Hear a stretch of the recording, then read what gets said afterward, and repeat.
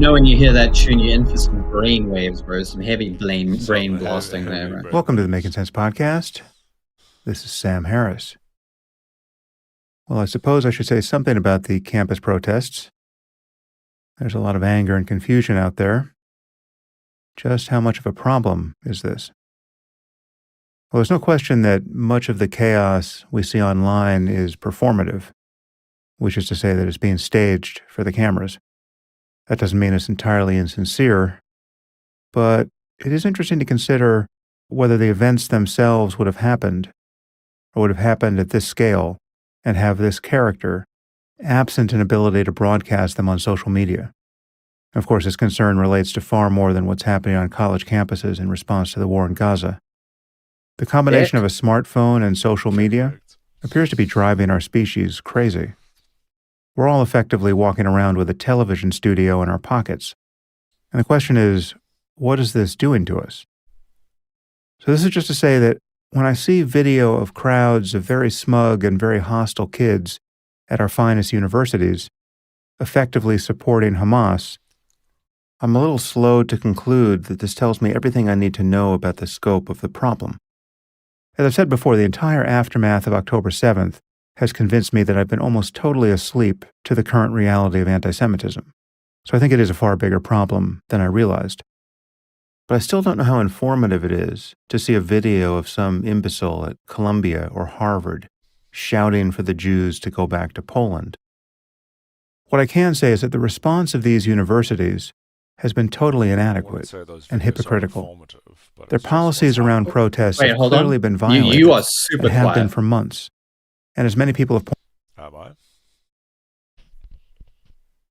Okay, hold on. Maybe it's just your shit. That's. I think it's the, yeah, so if you maybe just pause. It's just, this is like really loud. Yeah. pointed out it's the obvious double standard here that constitutes anti-Semitism.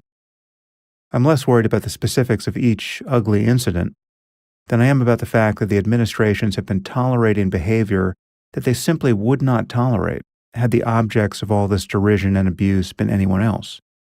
If these colleges had any number of people shouting that blacks should go back to Africa or that trans people deserve to die, these students, to say nothing of professors who said such things, would be expelled.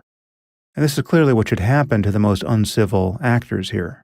All the kids who have been physically preventing Jewish students from accessing buildings on campus, threatening them with violence, simply because they are Jewish, these kids should be expelled, without question. I mean, even if you concede that Israel is totally in the wrong, this would not justify the behavior we've been seeing on campus. I mean, imagine that China was doing something awful and worthy of protest, which of course China often is. It's put 2 million Uyghurs and Turkic Muslims in concentration camps, where they are reportedly subjected to torture and sterilization and forced labor. It's usually what I'd... Yeah, I mean, this is... Good point. Where's the outrage, yo? It's does that... I mean, yeah, where's the outrage for the forced sterilization of the Uyghur Muslims? No, it's not even... Is it because then it's less flashy what's happening to them in a comparison to what's happening to the Palestinians? It's because they're not the colonizers. Why? Well, they're not white supremacist colonizers. Yeah, but they're not white supremacist colonizers.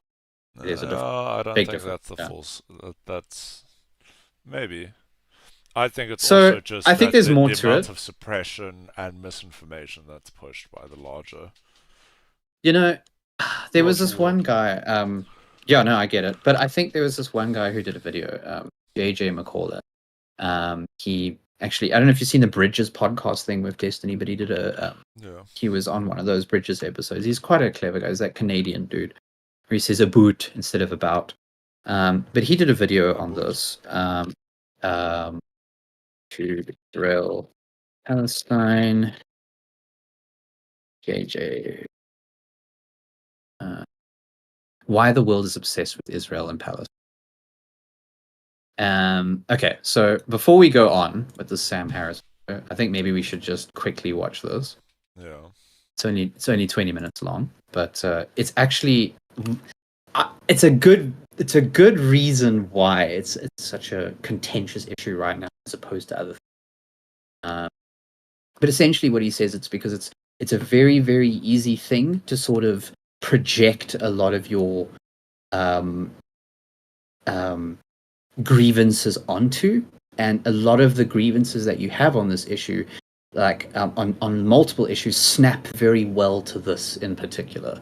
There's like a psychology to it. So let me we'll just watch. Yeah, I'm gonna press play. Okay, hold on, give me a sec. I agree with you. The protests.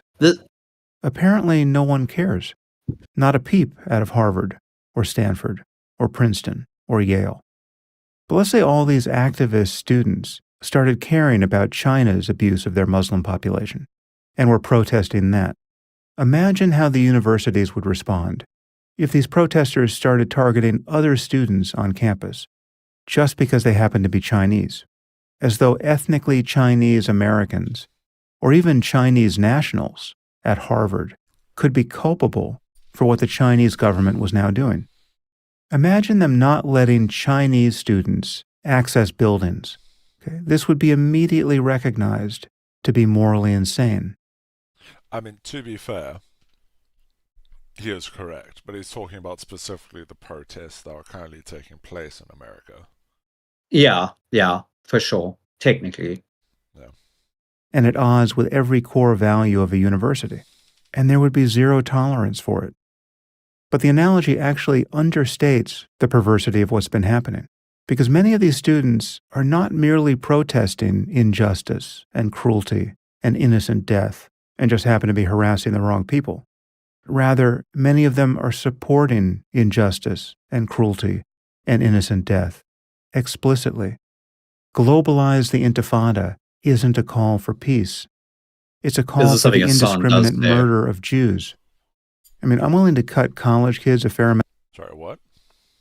So this term, like globalize the Intifada, it's a term that I've heard Hassan use quite a bit as well.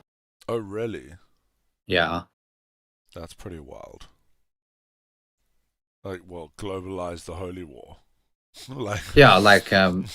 like but it's couched in like against like, oppression sort of vibe. Like it's actually an Intifada is, like a revolutionary struggle, like.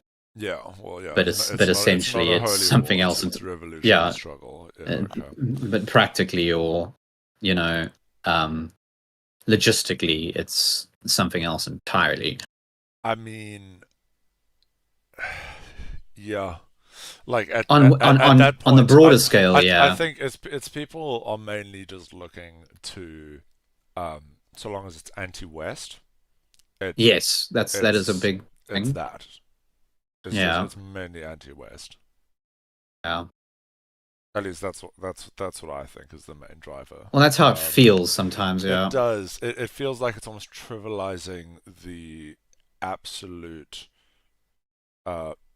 pain and suffering that the Palestinians are going through. And tokenizing it almost. Yes, like, this is really literally perverse. This is literally how I think JJ describes it in his video.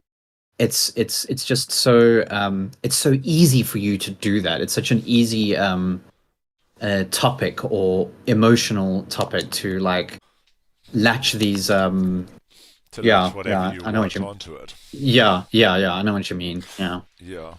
But then it becomes a thing of like the very people who you are so-called championing, you're using as like your pawn or your plaything to get what you want, and that's like real human suffering is happening.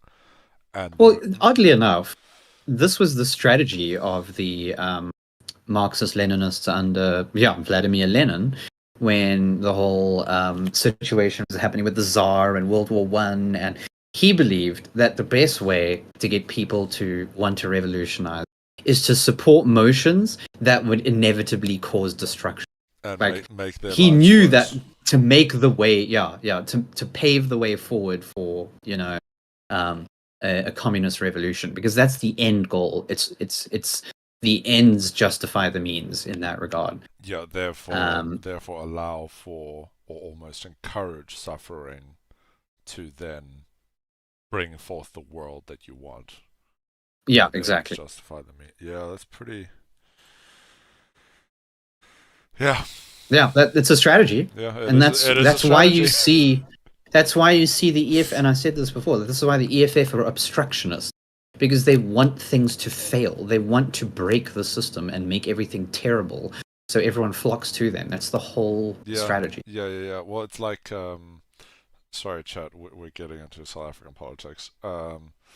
It's like with the recent bill that Ramaphosa just passed. Yes. With the health NHI. Yeah.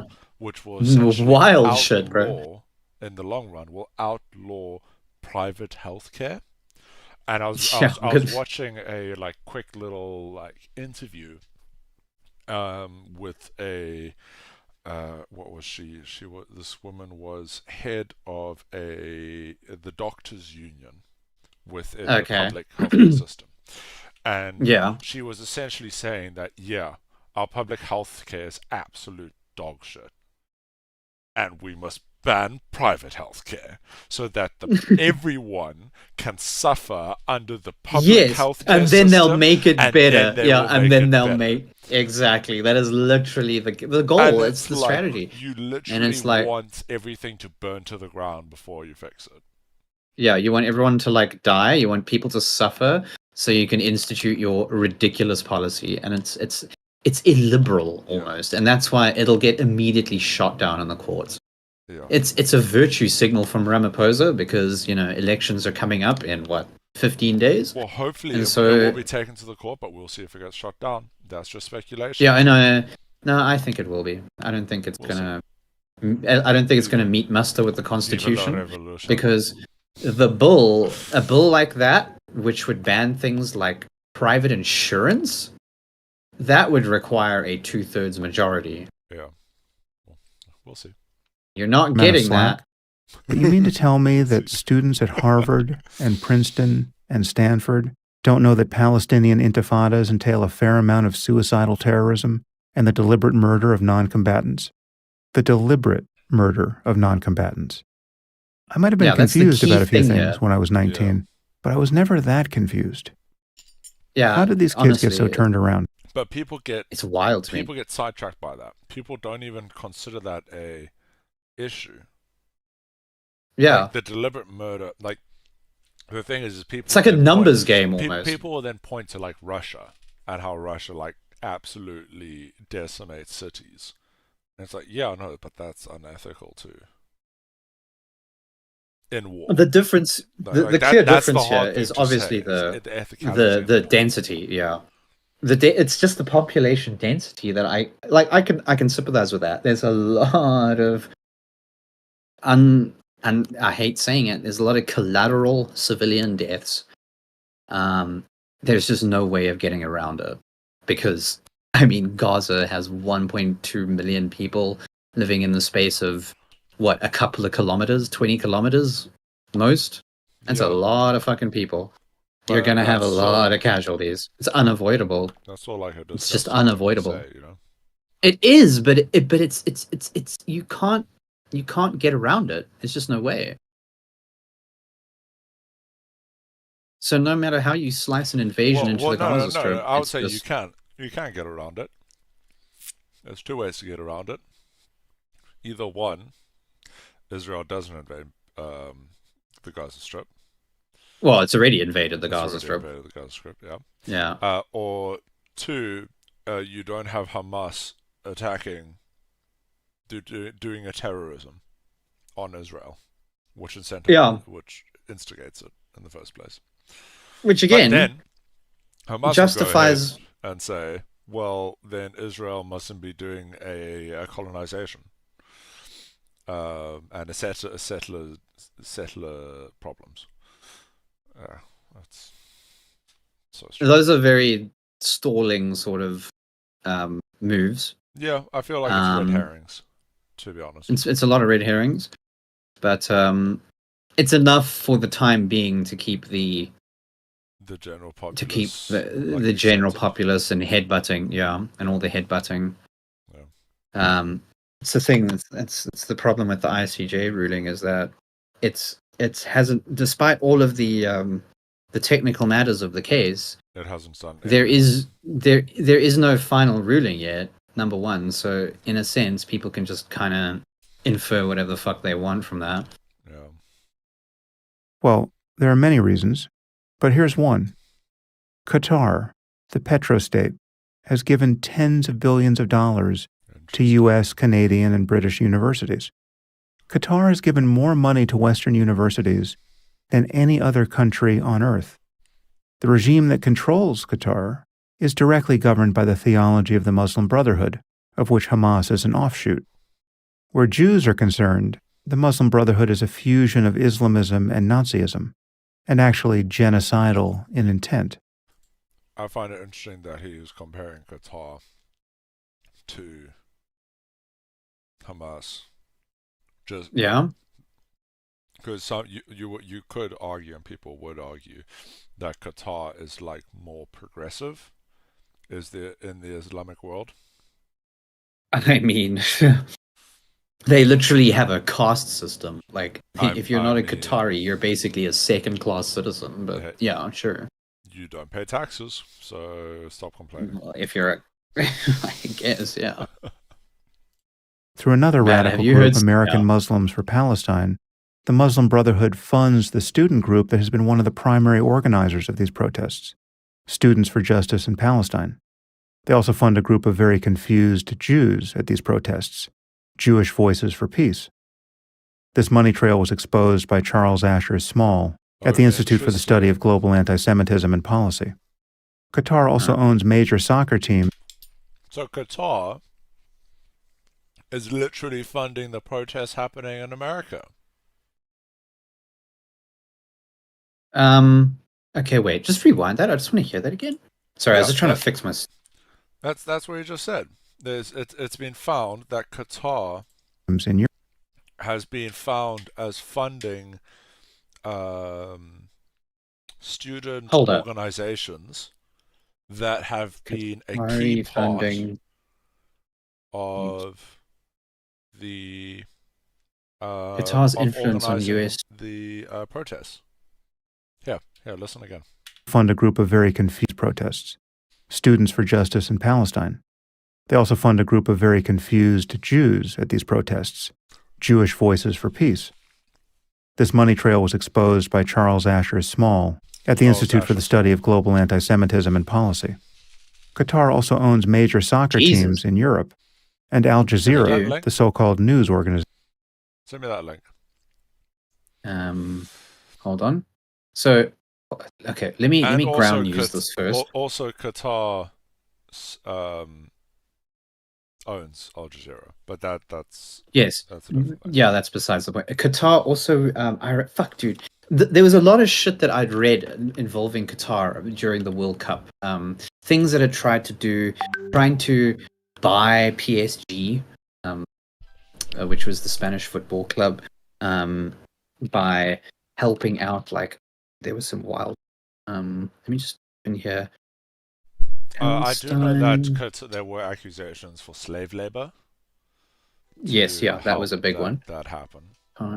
Or to help build the stadiums.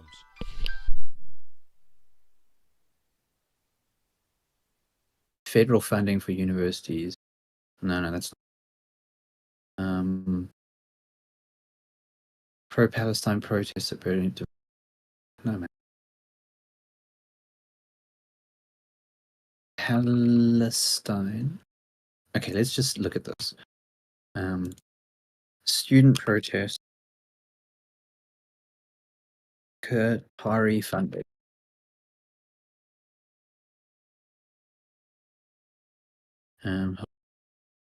Where is the...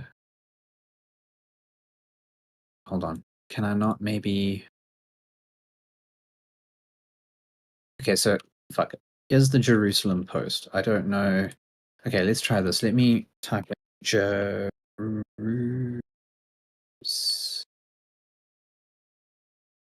post.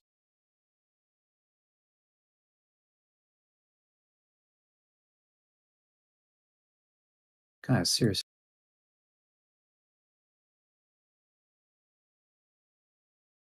Oh.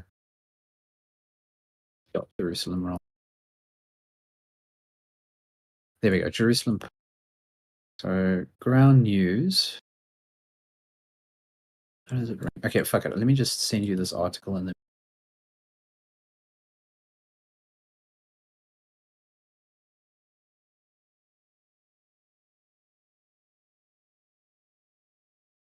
Okay, look at this. According to Ground News, the Jerusalem Post is generally considered center-leaning. Their factuality is considered mixed by media-biased fact-check, but high by Ad Fontes Media. And another media-biased fact-check consider them to lean right. But yeah, anyway, here's their... Okay, so by Dr. Yaron Friedman. That is a very, very tribal name. Let's see. Al-Said argued in her article that Qatari propaganda seeping into American institutions is designed to glorify the principality and vilify its adversaries led by Saudi Arabia, Egypt, and the UAE, Bahrain. The Qatari funds are intended to support the Muslim Brotherhood in the US alongside the so-called progressive left. Al-Said highlights a critical aspect of the political propaganda, suggesting that Qatar aims to bolster the left in the US because the conservative right opposes Qatar. Okay, well, it's neither here nor there. Okay, Raymond Ibrahim, who's behind the campus protest, who funds Hamas. Yeah. Anyway, shall we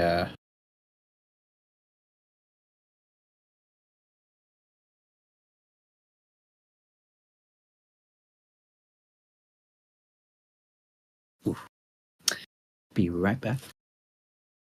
Just want to read through that again.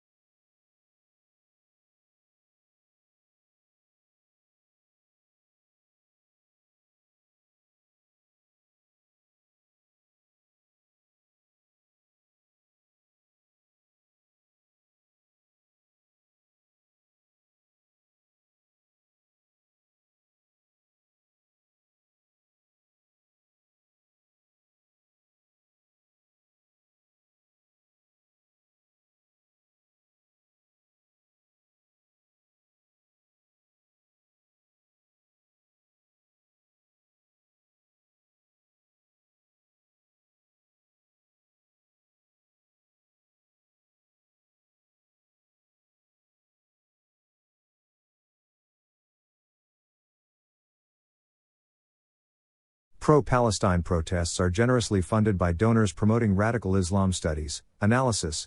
U.S. student protests against Israel are orchestrated by Qatar-funded groups, aiming to promote Islamist ideology and malign Saudi Arabia, as revealed by researchers. The student protests in the U.S. against Israel have morphed into a sort of youth rebellion. A significant portion of the participants are unclear about the exact reasons they are demonstrating. However, they are driven by a highly organized group with clearly defined and sharp goals. The disgraceful success of the despicable protests against Israel and in support of Hamas on U.S. campuses stems from the fact that they are anything but spontaneous. They are meticulously organized and generously funded. To uncover the entities behind this organization, one should revisit the Middle East of 2019, when a coalition of Arab states, Saudi Arabia, the UAE, Bahrain, and Egypt, levied a boycott against Qatar for its support of terrorism. In contrast to the present, during the boycott period, Arab commentators and journalists published articles that exposed Qatar's propaganda efforts in the US and the substantial funds it poured into educating America. Before the Saudi-Qatari reconciliation 5 years ago, the Arab press in the coalition countries disclosed how the Muslim Brotherhood movement had begun to dominate segments of the American educational system. Once more, Qatar. In July 2020, Najat Al-Saeed, a researcher from the UAE, penned an article in Al-Hurra newspaper titled Qatar and the Funding of American Universities. She described the odd alliance formed between the radical American left and Muslim Brotherhood activists, funded by Qatar. According to her, an increasing number of professors and students affiliated with the Left Brotherhood Alliance, who align with its principles, are usurping the freedom of thought at U.S. universities. Academics attempting to express dissenting views are suppressed under the guise of political correctness and ostensibly racist thought. As Al-Saeed noted, the financial sources for the Left Brotherhood Alliance prominently include the Qatari Principality. She cited alarming figures from the U.S. Department of Education, indicating that in 2019, American educational institutions received funding exceeding $1 billion and $30 million from external sources, predominantly Qatar. In 2012, it was reported that the Qatari international education institution Muassasat Qatar had spent at least $1.5 billion on funding educational initiatives at 28 universities across America, becoming the leading external financier of education in the U.S. Al-Saeed further exposed that Qatar routinely spends $405 million annually to support activities at 6 American universities that maintain branches in Doha, Qatar's capital. Qatar uses the initiatives it sponsors and the research it finances to disseminate Islamist ideology reflective of Qatari views. It is essential to remember that Qatar is a country with an extremist Wahhabi religious school and that Sheikh Tamim bin Hamad Al Thani was profoundly influenced by the ideology of Sheikh Yusuf al-Qaradawi, one of the leaders of the Muslim Brotherhood who operated in Qatar until he died in 2022. The right aligns with Saudi Arabia. Al-Saeed argued in her article that the Qatari propaganda seeping into American academic institutions is designed to glorify the principality and vilify its adversaries, led by Saudi Arabia, Egypt, the UAE, and Bahrain. The Qatari funds are intended to support the Muslim Brotherhood in the U.S. alongside the so-called progressive radical left. Al-Saeed highlights a critical aspect of the politics behind the propaganda, suggesting that Qatar aims to bolster the left in the U.S. because the conservative right opposes Qatar and supports its rivals, notably Saudi Arabia. The situation has significantly deteriorated in the 4 years since the article was written. Raymond Ibrahim, an American Christian academic of Egyptian origin, revealed 2 months ago that Qatar has invested $5.6 billion in 81 American universities since 2007, including the most prestigious ones, Harvard, Yale, Cornell, and Stanford. His reports also mention the funding of academic activities in the U.S. by other countries, albeit in much smaller amounts, led by Saudi Arabia, Oman, and Turkey. According to Ibrahim, the activities funded by Qatar and these other Middle Eastern countries are steeped in hatred for Western cultural values, such as freedom of expression and women's rights. A 2020 official report by the U.S. Department of Education warned that many contributions to American academic institutions come from sources overtly hostile to the U.S. Ibrahim also revealed that propaganda against Israel and many anti-Israel activities on campuses, even before the Gaza war, were funded by generous donors from the Middle East. An intriguing section. This is some wild allegations.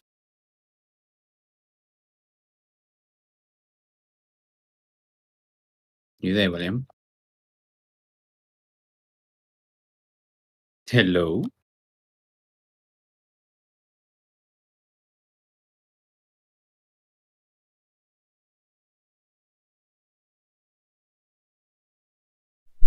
Hi, sorry.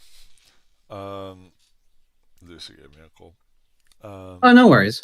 Yeah, that article made some serious allegations there. I only heard the first half of it. What were the final allegations? It's just mainly basically Qatar is. There's a lot of main funding towards universities in America, Western universities, to support overtly anti-American ideals or something like that. Overtly supporting? Well, I might be using that word a little. To uncover the entities behind this organization, that organization being Protests against Israel. One should revisit the Middle East. A collation of boycotting the Arab. One more Qatar.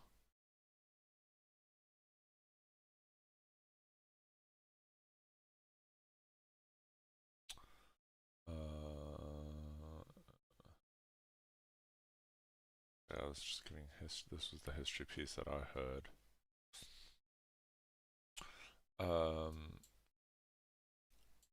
It is essential to remember that Qatar is a country with an extremist Wahhabi religious school.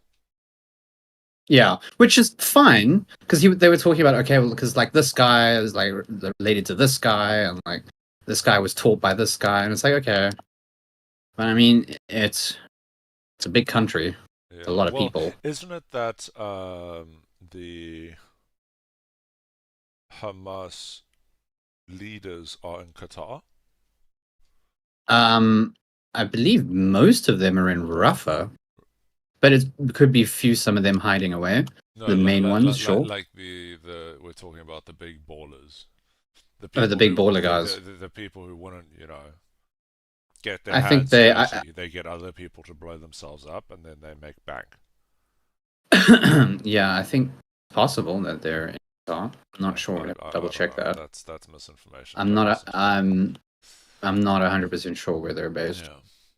Ultimately, Ibrahim explains these contributions are intended solely to promote radical and intolerant versions of Islam studies. So, okay, but that's quite a subjective claim, though. Yeah, exactly. And this is why I'm just a little bit skeptical. I mean, yeah, sure, it's the Jerusalem Post, so I just got to be careful. Maybe he conducts that the failure of the U.S. policy in the Middle East stems from the fact that many of the advisors to the U.S. government are graduates from this corrupt academic system. You see, I don't like that policy. Yeah, it's like neither here. Okay, so the problem is when I type the keywords in Google, Qatari funding student protest, the first thing that comes up is the Jerusalem Post. Then it's Orange County Register, which I've never heard of. The New Arab, where it says Qatar denies influencing okay, let's see. So Qatar denies influencing pro-Palestinian student protests at UN. Now, it would make sense that Qatar would deny that. Okay, sure, yeah. It makes sense. But maybe there's some meat here to the reason why they're. So, Qatar's ambassador to Washington has responded to accusations that his country was involved in pro-Palestinian student protests at several U.S. universities. In a thread on X, Michel Hamad Al-Thani addressed allegations that Doha was financially backing students who have set up encampments in dozens of colleges in the United States, including some Ivy League schools. Regarding media reports alleging some link between Qatar and recent events on U.S. university campuses, it is important to get the facts straight. Qatar is not a large donor to U.S. universities, wrote the Qatari envoy. Okay, that makes sense. The Qatari... Yeah, the Qatar Foundation pays the costs for 6 U.S. universities to maintain faculty and operate campuses in Qatar, educating and awarding degrees to women and men from Qatar and others who wish to. He continues, these are not donations. Qatar does not influence these universities, and we have nothing to do with anything that happens on their home campuses in the U.S., Al-Thani concluded. Some pro-Israeli activists and journalists on social have accused Qatar of pouring money into pro-Palestinian protest movements sweeping the US, and have labeled the protests as anti-Semitic, a common accusation made to silence anti-Israel rhetoric. The protest began at Columbia University in New York City and have since spread to more than 60 universities. US police have detained hundreds of people. Blah, blah, blah. Israeli Prime Minister Benjamin Netanyahu last week called the protests horrific and urged a protest against Israel. House of Representatives Education Committee asked Harvard, the University of Pennsylvania, and Columbia to disclose any Qatari donations since 2021. Earlier this month, Qatar also hit back at accusations that it was funding Palestinian group Hamas with tens of millions of dollars a month tens of millions of dollars a month for several years. James I mean, it Comer, would Republican. make sense that they would hit back at all of this because it's slander. They would, yeah. It is, yeah. James Comer, Republican chair of the U.S. House of Representatives Committee on Oversight and Accountability, they claimed that the gas-rich Gulf state was paying Hamas, which the U.S. considers a terrorist organization, $30 million a month since 2018. Qatar strongly denied the claims, saying that the money was sent from humanitarian assistance to Gaza, with the full knowledge and support of the US and other world powers. Some Hamas leaders live in Qatar, and this allows Doha to facilitate negotiations and engagements with the US. Qatar is currently working with Egypt and the US to broker a ceasefire agreement between Hamas and Israel and Gaza. The only let-up in the Israeli bombardment so far was a week-long truce in November, which saw a hostage prisoner swap deal between Hamas and Israel. Israel's... Yeah, we're not into that shit. Okay. And I know Qatar has been a broker for that. Yeah. That's what okay, so that's consistent. So, okay, that's just context. Reading on the Jerusalem Post, it says Raymond Ibrahim, American Christian academic of Egyptian origin, revealed 2 months ago that Qatar had invested $5.6 billion. Hey, how do you spell this guy's name? Raymond Ibrahim. Yeah. Ibrahim. Invested $5.6 billion in 81 American universities since 2007. So a very long time. Okay. Including Harvard, Yale, whatever. Let me just finish this. His reports also mention the funding of academic activities in US by other countries, albeit in much smaller amounts, led by Saudi Arabia, Turkey, etc. According to Ibrahim, the activities funded by Qatar and these other Middle Eastern countries are steeped in hatred for Western cultural values. Now, that how does you justify that? Such as that's a very charged. Rights. That's very charged. So I just went to his Wikipedia. He doesn't seem to have any controversies, but he does have a very short Wikipedia. So so he's a American author, critic of Islam, and former librarian. His focus is Arabic history and language. Okay, so he does have educational background. Ibrahim was born in the United States to Coptic immigrants from Egypt. Okay, so Coptic immigrants were the the ethnic minority Christians who live in Egypt. So they're considered Coptic. Oddly enough, Coptic is the term for ancient Egyptian language as well. That's what it was referred to. Yeah. So there's a little.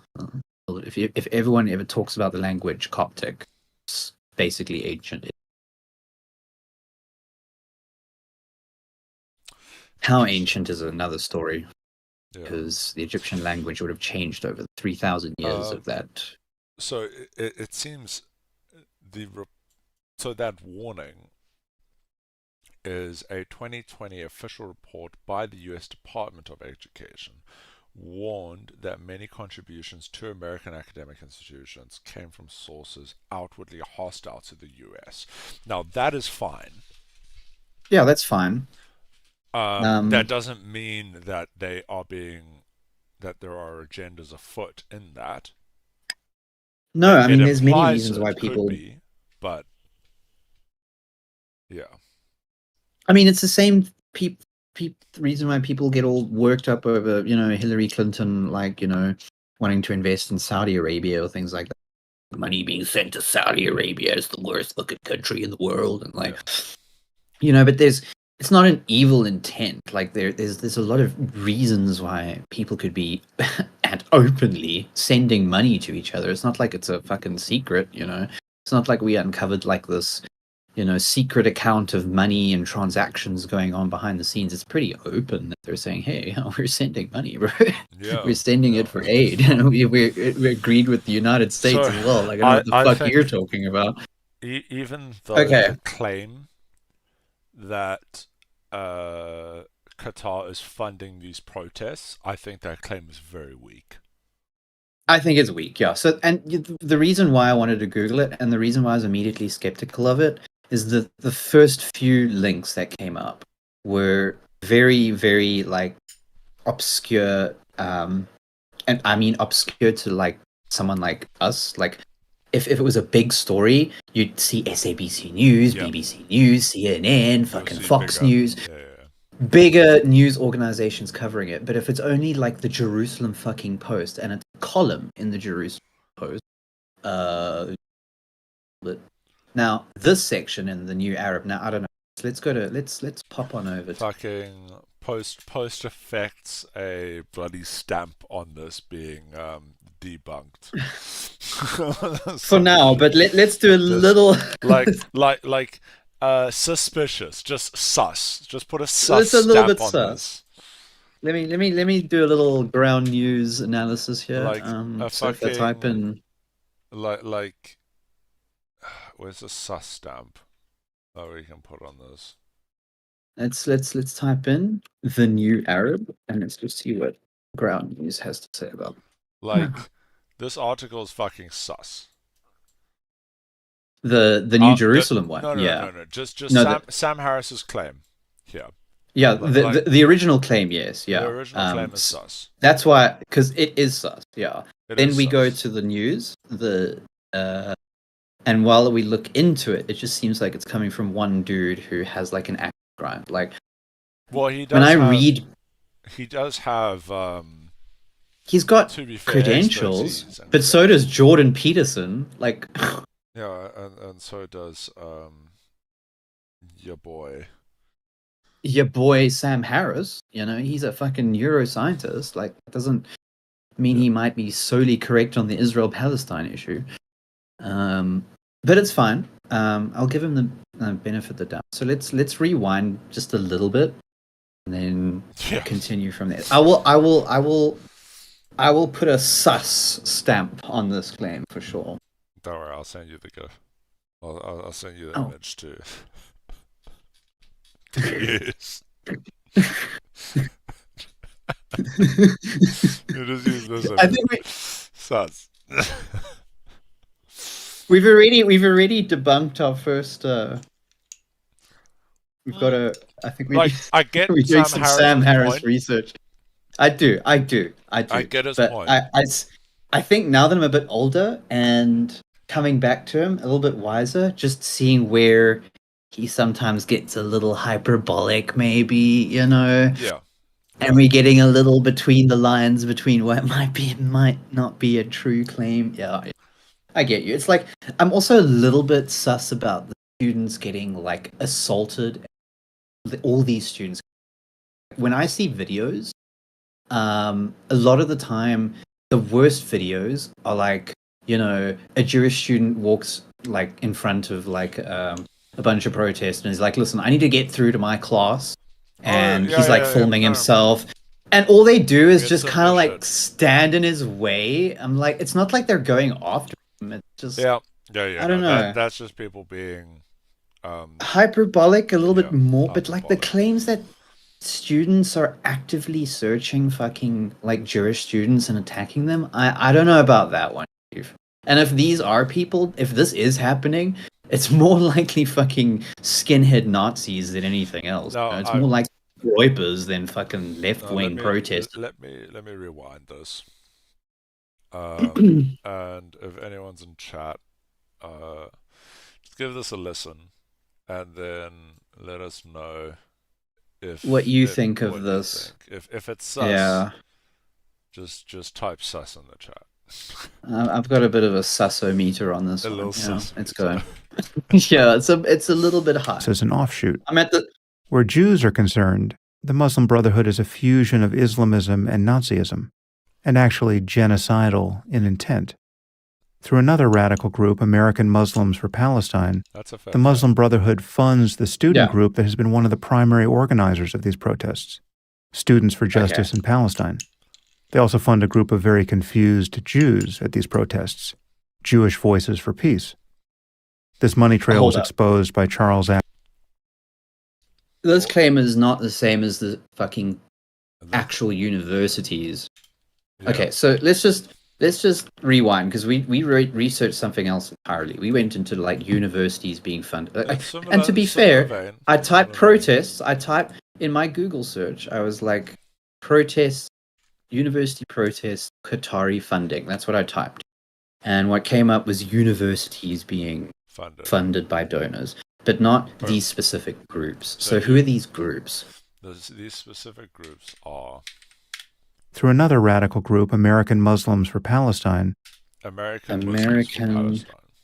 Muslims. That's already a good starting point. Okay, so let's take a look at American Muslims for Palestine.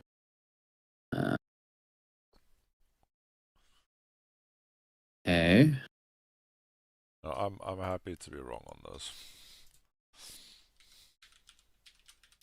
So, are they being funded by Qatar? And if that's the case, this is a very specific group. Yeah. Funded by Qatar. Who funds Hamas? Okay, now this is Reuters, global network of crypto cash. How America? Oh, listen, the Reuters post here with who funds Hamas is very telling, because if we look at all of this and we see the fucking network together, we'll have a clear idea of where it's coming from, and if there's any sort of like wild claims of anyone outside of this domain, it's worth investigating further. That is a starting point, but I wouldn't waste time. The thing is, I don't think these organizations have to publicly state their funding. No, they don't. But I don't see any Americans for Palestine funded by Qatar. It comes back to the Jerusalem Post again, number 3. But that's again US students. It's the actually,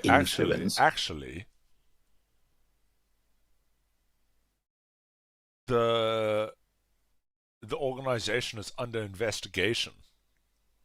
Wait, where does it say that? The report additionally reveals that the SJP receives significant organizational support. Wait, no, hold on. This might be something else. Okay, here's one. Attorney General of Virginia. Okay, so this is a State Department press release, all right? Well, not a State Department, investigation by the Virginia attorney. AMP has been accused of being a successor to a charity held accountable for funding Hamas. Or does it say anything about Qatar? Okay, so Attorney General's office opens investigation into the non-profit. Attorney General Jason Miyares today announced that the Office of Attorney General's Consumer Protection Section has opened an investigation into AJAP, Education Foundation Incorporated, also known as blah blah blah, American Muslims for Palestine, violation of Virginia's charitable solicitation laws. Allegations may have used funds raised for impermissible purposes under state law, including benefiting or providing support to terrorist organizations. Ooh, that's a big oof. The AJP Education Foundation is a public non-profit with its headquarters located in Falls Church, Virginia. Okay, so this is where they are. So this is not even just some random State Department. It's not like Texas trying to sue Georgia for certifying their election results, you know what I mean? Yeah. Under Virginia law, the Office of the Attorney General has the jurisdiction to investigate possible violations of the state's charitable... Okay, so it's out a bit, right... Oh, am I? Okay, so it's just... It has to investigate all this still? Well, they're under investigation. So there's... Again, so there's no final report on this. There's no conclusive... So let's just... Okay, what was the findings from the report? Wait, what? There's a report? Research, yeah, you've read this. Dr. Charles, Executive Director, This research uncovers the intricate and alarming network of extremism propagated by the SJP on university campuses, growing anti-Semitism, Jewish pro-Israel individuals. Surge of anti-Semitic incidents is becoming increasingly imperative to expose and confront the tactics of hate employed by groups like this. Only by uncovering the roots of this phenomenon do you understand its manifestations. Key findings of the report include an anti-Semitic ideology. SJP's ideology and actions align with the International Holocaust Remembrance Alliance definition of anti-Semitism. Ties to terrorism. NSJP and SJP chapters have connections to groups and individuals with histories of supporting terrorism, including sharing radical speakers and glorifying convicted terrorists. Okay. Financial support. The research reveals that a complex network of financial support for SJP and NSJP, with millions of dollars flowing through non-transparent channels to fund their activities on campuses. Okay. Legal aid. What is this? Campaigning. This is the... Okay, so the footnotes, just go down to the footnotes. It's tags. Just all the way down. So it says... Oh, goddamn. Sorry, where you want to go? Yeah. Right at the bottom, So the is gaps underscores the urgent need for action to address the growing threat posed by SJP and NSJP on university. Failure to confront these groups risks further radicalization and harassment targeting Jewish. What is it? Where's this from?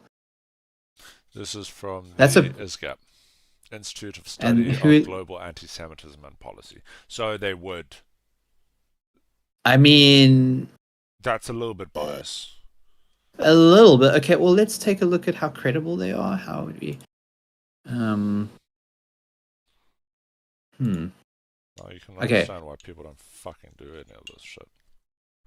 Yeah, is gap credibility?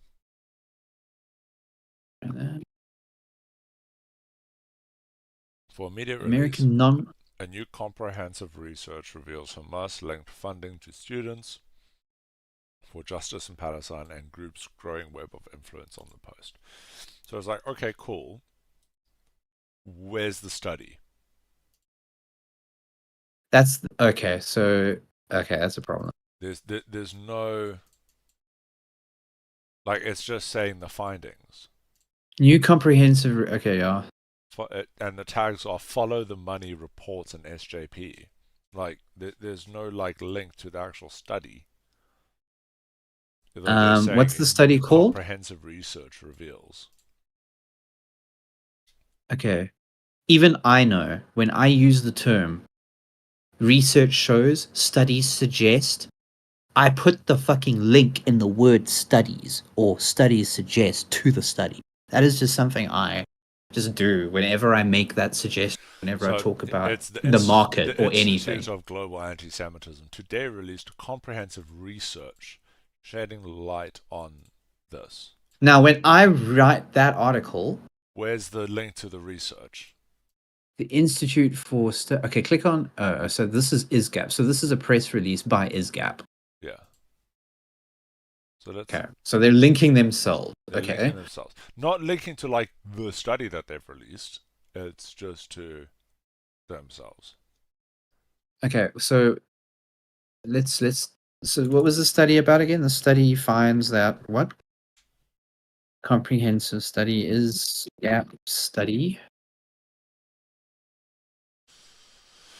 The report reveals that over $3 million a year of funding for the NSJP linked to organizations accused of funding the organization Hamas.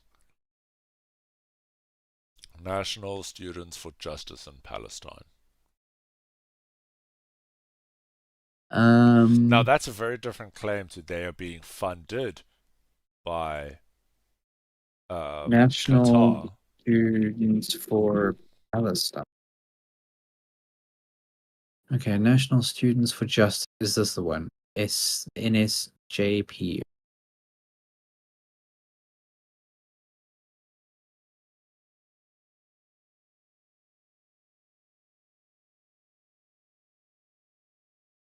It seems like a student union.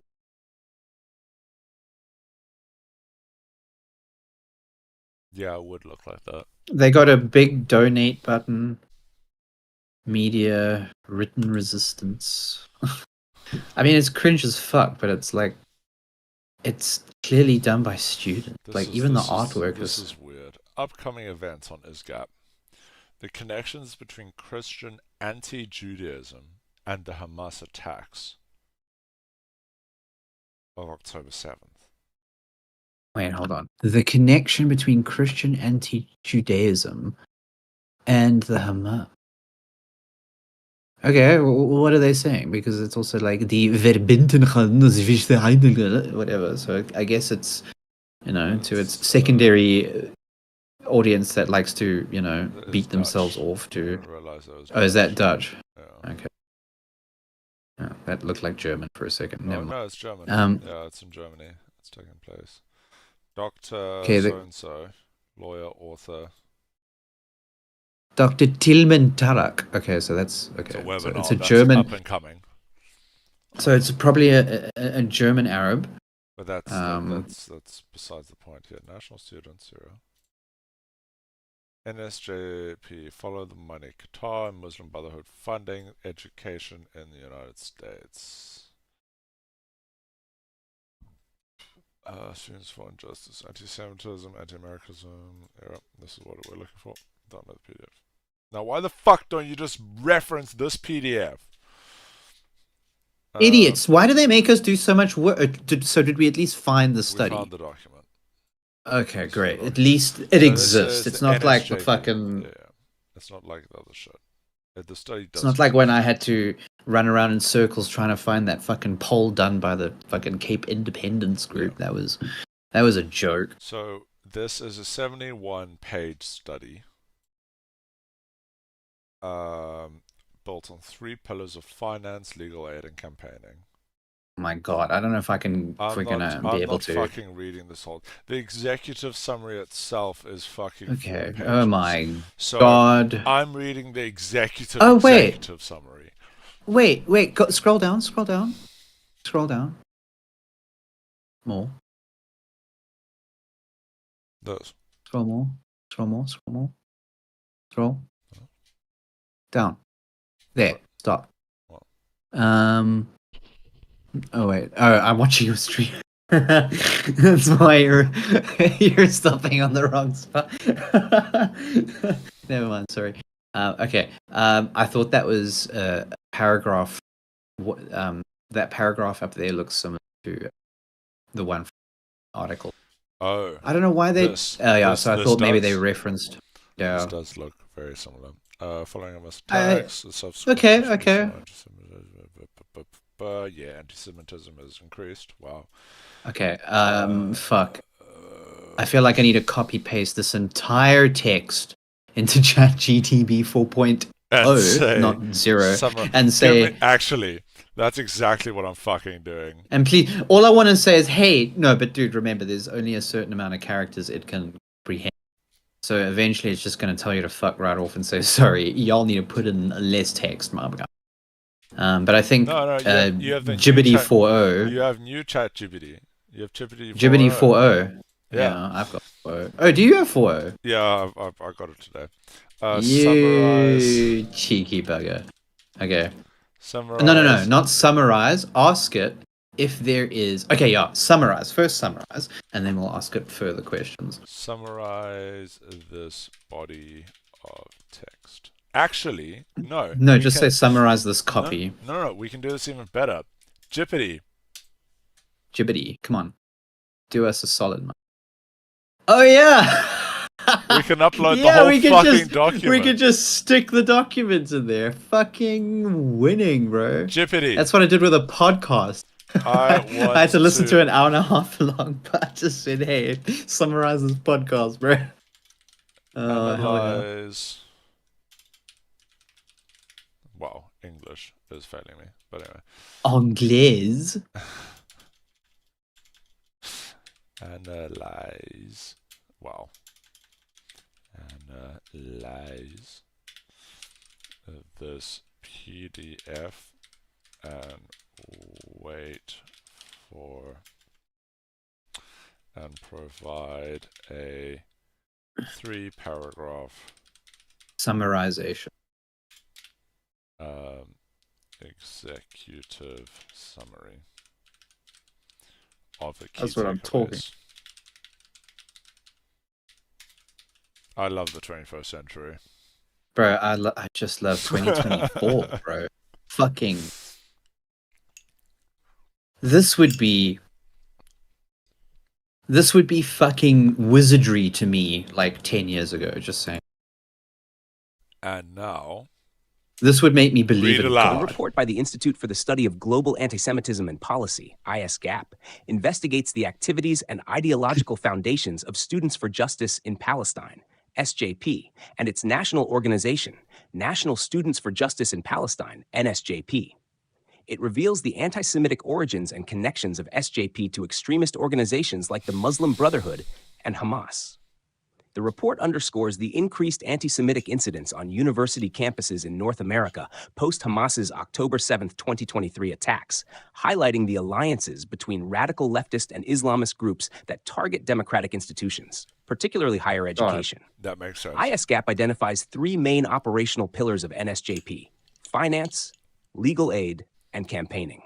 Financial support for SJP is provided by tax-exempt entities like American Muslims for Palestine, AM, and others linked to Hamas financiers.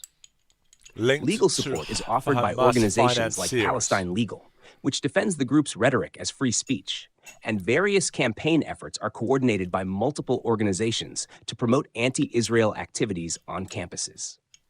These coordinated efforts contribute to a hostile environment for Jewish and pro-Israel students, with frequent harassment and intimidation reported.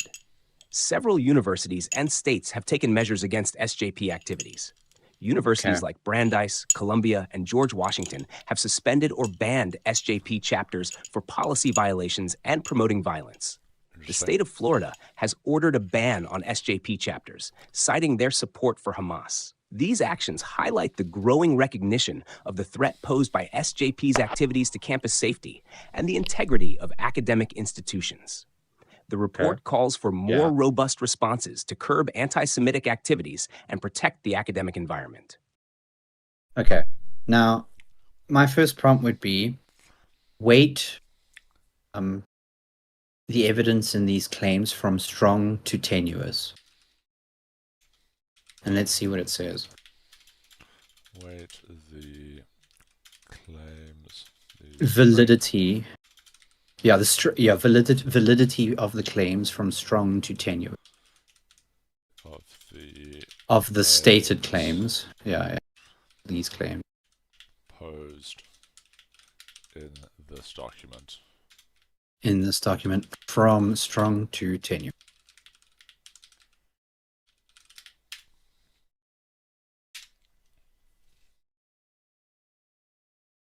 Let's see.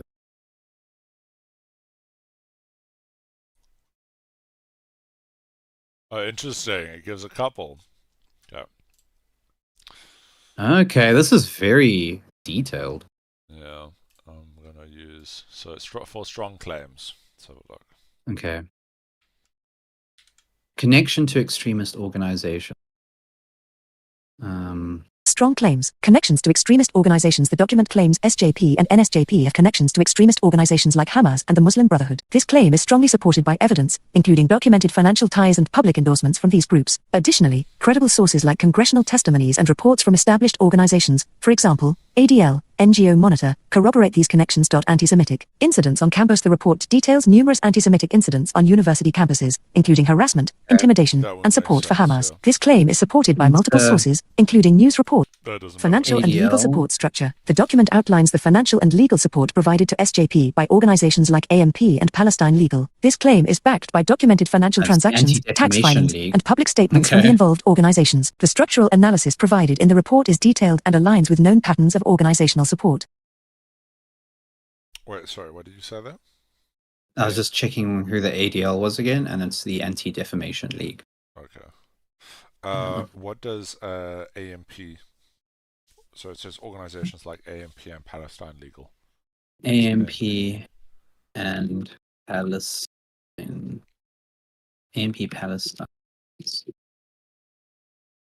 American Muslims for Palestine. Yeah, that's one of the organizations that Sam Harris referenced.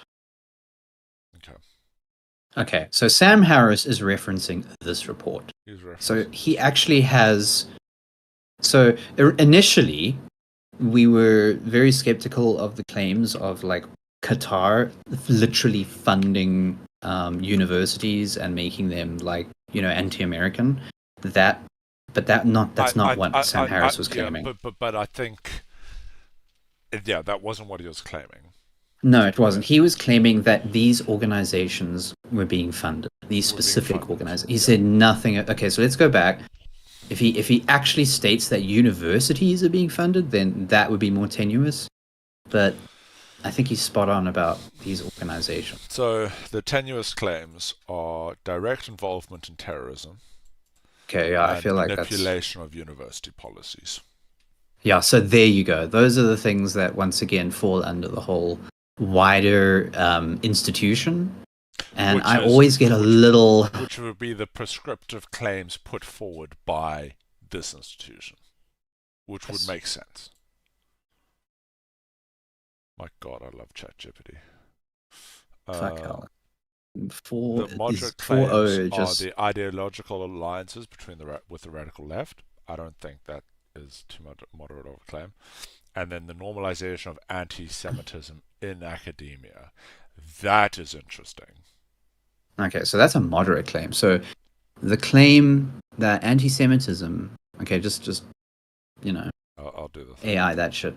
The claim that anti-Semitism is becoming normalized in academic institutions due to SJP activities is moderately supported. There are documented instances of faculty and students endorsing or failing to condemn anti-Semitic rhetoric, but the extent to which this reflects a broader trend of normalization is less clear. This claim relies partly on anecdotal evidence and the interpretation of specific incidents. I would say that's more tenuous. Here's something that listen, I'm not a big fan of this chick, Elise Stefanik. She's Elise Stefanik. Who is it? I think it was the Harvard testimony. Yeah. It's literally a 1 minute long video, but well, it's pretty. The funny thing is we are 6 minutes into the Sam Harris video. Yeah, we are. We are about more than an hour into our video. into the stream. Well, that's great because at least you know what, this is transformative. We're not just fucking letting it play. This is true. But I think just watch this video quick. I think we are refining our approach, our process, yeah. So quickly just check this video. It's I think it's one of the head university people.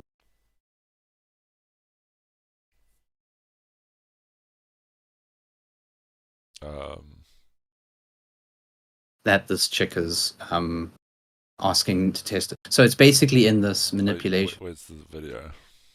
Yeah. Where's your stream?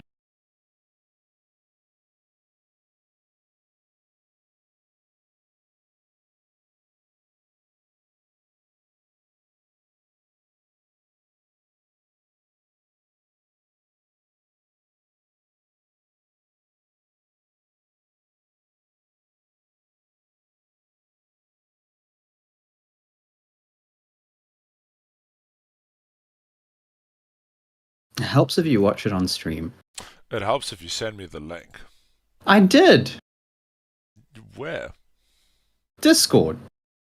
You have not sent me anything on Discord. I did. Press enter. Check your messages. Hey, hold on. And Dr. Gay, at Harvard, does calling for the genocide of Jews violate Harvard's rules of bullying and harassment, yes or no? It can be, depending on the context. What's the context? Targeted as an individual, targeted at an individual. It's targeted at Jewish students, Jewish individuals. Do you understand your testimony is dehumanizing them? Do you understand that dehumanization is part of anti-Semitism? I will ask you one more time. Does calling for the genocide of Jews violate Harvard's rules of bullying and harassment, yes or no? Anti-Semitic rhetoric. And is it anti-Semitic rhetoric? Anti-Semitic rhetoric, when it crosses into conduct that amounts to bullying, harassment, intimidation, that is actionable conduct, and we do take action. So the answer is yes, that calling for the genocide of Jews violates Harvard Code of Conduct, correct? Again, it depends on the context. It does not depend on the context. The answer is yes, and this is why you should resign. These are unacceptable answers across the board. Now, I know she's a little bit heated. That's cool, but it's a really simple question. So if you were asked that about any other kind of group, it would be an unmitigated yes. Duh. I don't know. I feel like it was just weird, the response. Yeah, what would the equivalent be? She asked a pretty clear question. Calling for the genocide of all black people in the United States. Would that be considered? Or you would say yes. Would that be considered bullying? Yes. Yes. No, yeah. But then the answer was just remember it's within a specific context, and it's context of what? Yeah. The context of the perceived genocide that isn't happening. I don't know, dude. It's so weird. A response from a Harvard president. It really is. Okay, we need to continue. Yeah, fuck. The Muslim Brotherhood funds the student group that has been one of the primary organizers of these protests, Students for Justice in Palestine. They also fund a group of very confused Jews at these protests, Jewish Voices for Peace. This money trail was exposed by Charles Asher Small at the Institute for the Study of Global Anti-Semitism and Policy. Qatar also owns major soccer teams in Europe, and Al Jazeera, the so-called news organization, which has the same journalistic integrity as Russia Today. It's just a fountain of Islamist lies. All of this amounts to a psyop on the West, and on Western education in particular. For decades, we have had Middle Eastern studies departments funded by Islamist theocrats and anti-Semites. Why have we tolerated this malicious exercise of soft power? Seems that money and oil are still just irresistible. Students for Justice in Palestine wrote the following in response to the atrocities of October 7th. National liberation is near. Glory to our resistance, to our martyrs, to our steadfast people. Resistance comes in all forms, armed struggle, general strikes, and popular demonstrations. That's fucked. All of it is legitimate and all of it is necessary. This was their immediate response in support of the intentional massacre of families and the taking of children as hostages before Israel did anything. I remember this, actually. I remember there was some BLM protests that were weird. That is even not even at the time when it's happening. It is happening now, and there is zero empathy for the people going through it. It's not this is a couple weeks down the line, and it's you've lost the invasion has begun, and it's fuck you. Yeah, it's directly as it's happening. Yeah, that, and I remember it, dude, as clear as day when they, I think, I can't remember if this was true or not, but I do remember it being on one of the one of the YouTube videos, which someone said that BLM had posted a tweet during the October 7th where they were like, free Palestine, and it had a picture of like a guy on a hang glider. Like it was like a blackout sort of silhouette of a guy on a hang glider. And that is literally referencing all of those guys who parachuted down into the whatchamacallit, that music festival. It was just a bunch of fucking, kids and well, not kids, but a bunch of fucking young adults just getting drunk and having a party. And they were like, yeah, let's just go fucking fuck these people up. And they were just like referencing that. That was sick, in my opinion. That was super sick. And I don't know how I felt about that. Like, ugh. The thing is that a lot of pro-Palestinian individuals actually make me sick. They do. They really do. With how quickly and within a blink of an eye will dismiss, will dehumanize,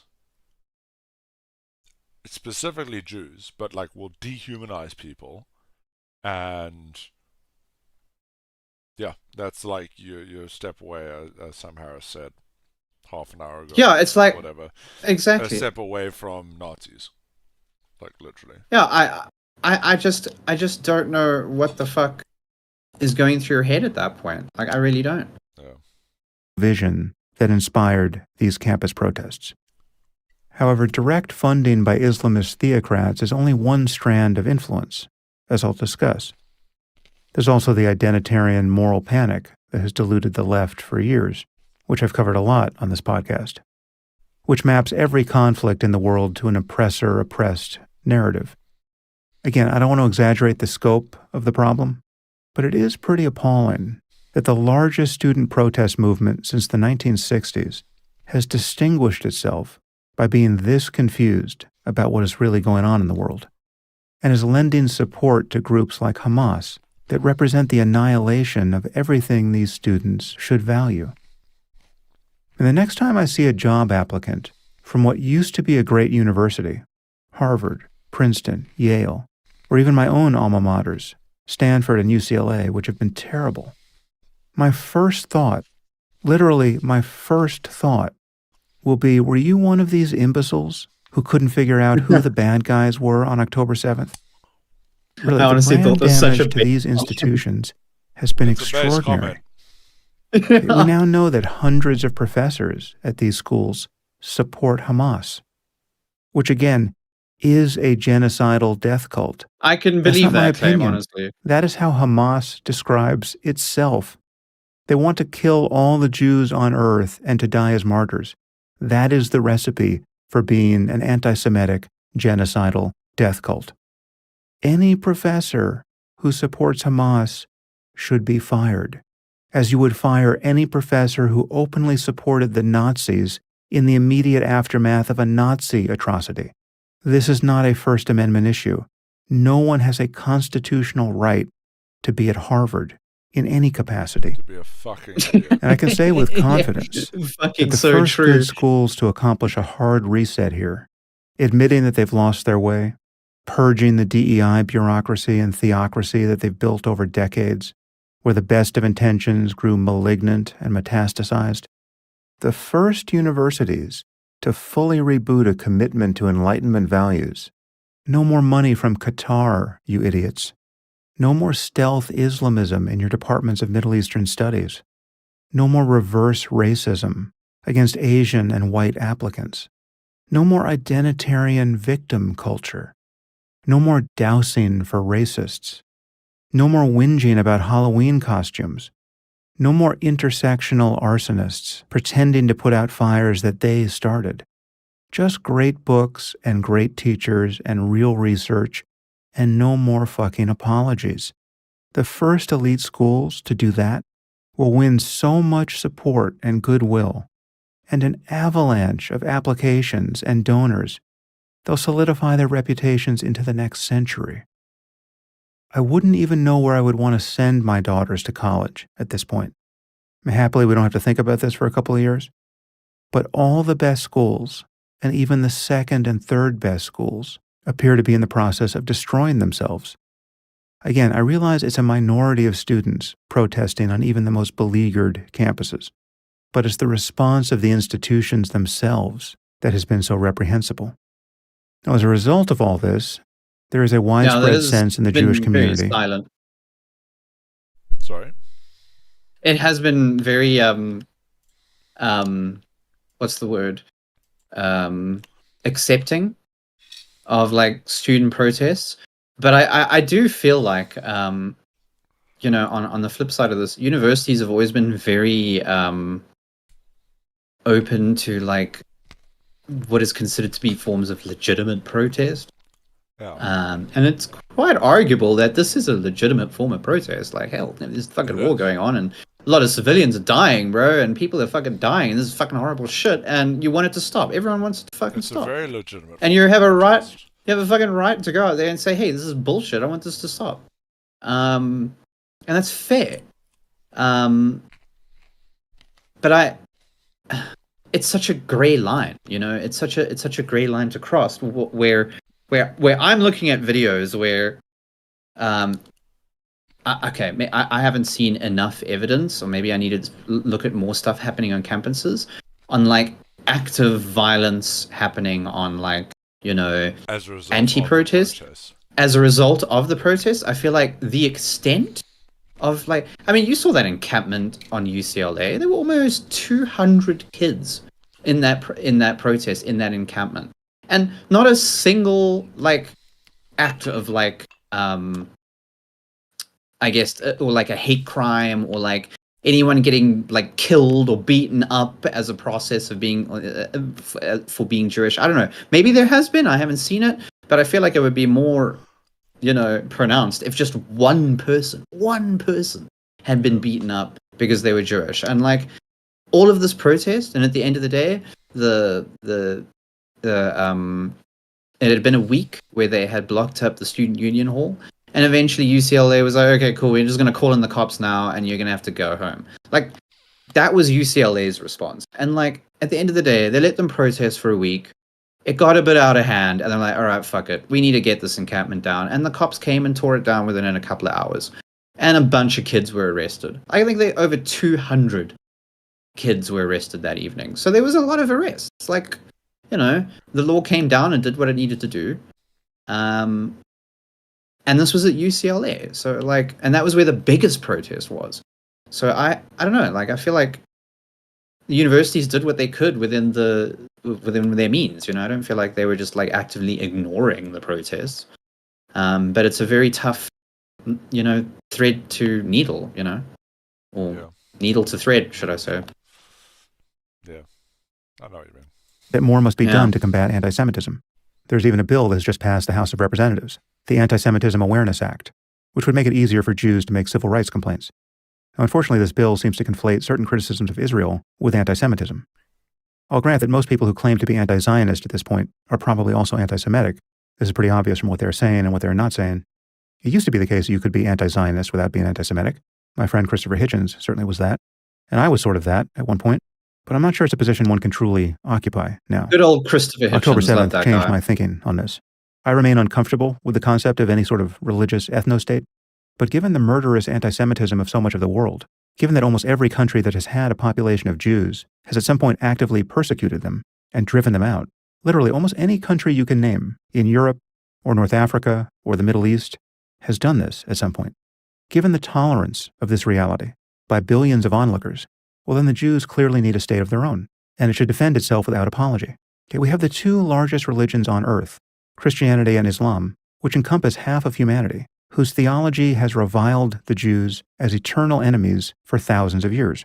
If half the world hated the Yazidis like this, and if much of what the world believed about them amounted to a deranged conspiracy theory, I would say that the Yazidis needed their own state too.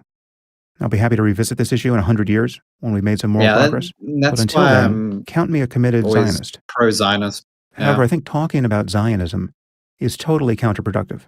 We should talk about Israel's right as the lone democracy in the Middle East to defend itself. I also think that focusing on anti-Semitism... That is my position. It's just... everyone's position. It's everyone, even the people who remembered. Fucking authoritarianism. Yeah, it's 100%. every time I think about it, at the end of the day, it's one democracy, one strong democracy surrounded by a bunch of autocracies, theocracies. Yeah. It's a shit show. At this moment, as much as it really is a problem, is the wrong approach to addressing a much more fundamental problem, which is the hatred of Western civilization coming from so many of its own inhabitants and beneficiaries, and the very real clash between the West, which includes Israel and every other civilized democracy, and Islam, in particular Islamism and jihadism. Depending on the context, we can call it radical Islam or Islamic extremism or Islamofascism. Call it whatever you want, but what you can't do, honestly, is say that this species of belligerent lunacy has no connection to the mainstream religion of Islam. Why do I think that a narrow focus on anti-Semitism is mistaken? Well, there are many people on college campuses now who support Hamas, which seems as anti-Semitic on its face as supporting the Nazis. However, I think that hating Jews is not really what many of these people are about. As I said, some of them are Jewish, so what explains their behavior? Well, they hate the West, or think they do. They hate Western power. In the American context, they hate whiteness, perhaps above all, and they think that the sin of racism subsumes everything. In the conflict between Israel and the Palestinians, they consider the Jews white and the Palestinians black. Is this utterly moronic? Yes, it is. At least half the Jews in Israel are Middle Eastern or North African in descent. The only black people you'll find there are Ethiopian Jews, some of whom are fighting for the IDF. So kids, all your concern about white privilege, as you bounce between lacrosse practice and Starbucks, is misapplied here. Should you be kicked out of Yale for being this stupid? Probably. But your stupidity is not quite the same as anti-Semitism. Yes, anti-Semitism cuts across this landscape in ways that are very depressing, and I'm not seeking to minimize it. For instance, as you move rightward along the political spectrum, you meet more and more people who effortlessly recognize the derangement of the left, and the sickening apologies for Islamic fanaticism that come from people who imagine that Harvey Weinstein is the worst person who ever lived, whereas there are whole societies in the Muslim world where a person like Weinstein would be considered unusually well-adjusted in his attitude towards women. The left is still full of the sorts of people who blamed Salman Rushdie for the fatwa that forced him into hiding for a decade, and which... What I find interesting is the use... So you have Sam saying, like, Harvey Weinstein would have fit right in with some of the... Which, on its face, kind of, it's... Yeah, but... Probably, you go to your... the debate between Destiny and the Muslim dude on the Fresh and Fit podcast. Yeah. That Muslim guy was citing Harvey Weinstein as he's Weinstein, he's a Jew. And uses Harvey Weinstein as a figure to attack Jewish people, because this is what Zionists, Jewish people because that's what Jewish people do. And yeah, it's incredible, dude. My dude, what? It's actually almost... to call it ironic is just... There needs to be a new word. There needs to be a new description for just how beautifully fucking circular and ridiculous it all comes across. Like, and you know what the funny thing is? It's in that debate. I don't know if you listened to it, but Destiny was asking about the 9-year-old girl thing. So, like, in the Quran or one of the hadiths or whatever the fuck. The hadiths, whoever. Yeah, it's like, people interpret it as like a 9-year-old girl. And this guy goes and says, no, it's not interpreted that way. I interpreted it as like an 18-year-old girl. Yes, I remember that, yeah. And he runs down this whole, like, rabbit hole of, like, how... I remember this, I remember this whole fucking spiel, yeah. Differently. And then Destiny just asked the question of, okay, well, what is the general belief in Islam? Like the general population's belief. And he's like, 9-year-old. Yeah, it's a 9-year-old girl. 9-year-old girl. But it's like, bruh. Bro, but I'm telling you what I believe. And it's like, bro, that's not the point. Bro, you literally have been going after... The man was going after Destiny for, like, being ignorant of how it's of how it is, and then the fact and then concedes the whole point right at the end. It's like the fact of the matter is that majority of Muslim people who like believe in the hadith or whatever the fuck it is, whatever percentage, majority of them believe that a 9-year-old girl is like okay. And it's like, what the fuck? Just concedes it all at the end. I remembered that. It was actually the most beautiful thing. And what hits me the most, and like, it's what's blackballed me the most. Yeah, because, and I feel like he's also reached that point. When I first started watching Destiny back in the day, when it was like 2018, I think it was like, no, it was near the end of 2018, 2019. I watched the John debate. For me, just to see all that happened, to see like some of the things that I thought or believed or just preconceived of completely fall, because like I just had to admit that he was like, the logic here is just too sound. It's far more reasonable. It appeals to like because at that point a lot of my beliefs were pretty idiosyncratic. I held a lot of more conspiratorial beliefs while also, you know, wanting to be critical of the things that I believed, even though I held some strong, strange beliefs. And I had to confront a lot of that. And I always felt, you know, when people watch this stuff, like, they're going to see it. And the more popular Destiny is, the more he comes onto people's streams, you know, the more obvious it's going to be. And then, like, I've gotten to the point where, because as soon as I go into the comments, it's just like a fucking shit show down there. And I think to myself, like, no matter how much, like, that conversation, like, that point where Destiny asked it and he said, I was like, no, it's probably like the majority of Muslims. That whole concession would have been lost on so many people. And it's like so grating, you know? Yeah. Which finally got him nearly killed on stage in New York after 33 years of looking over his shoulder. These are the same people who blame the Charlie Hebdo cartoonists for having had the gall to get themselves murdered in Paris. These imbeciles on the left range from current darlings of alternative media like Glenn Greenwald to members of elite institutions whose very purpose is to defend freedom of speech. But what I do find interesting is they say it's everyone's fault that they are getting, you know, absolutely shat on. But then it's not the Palestinians' fault. No, it's shat on.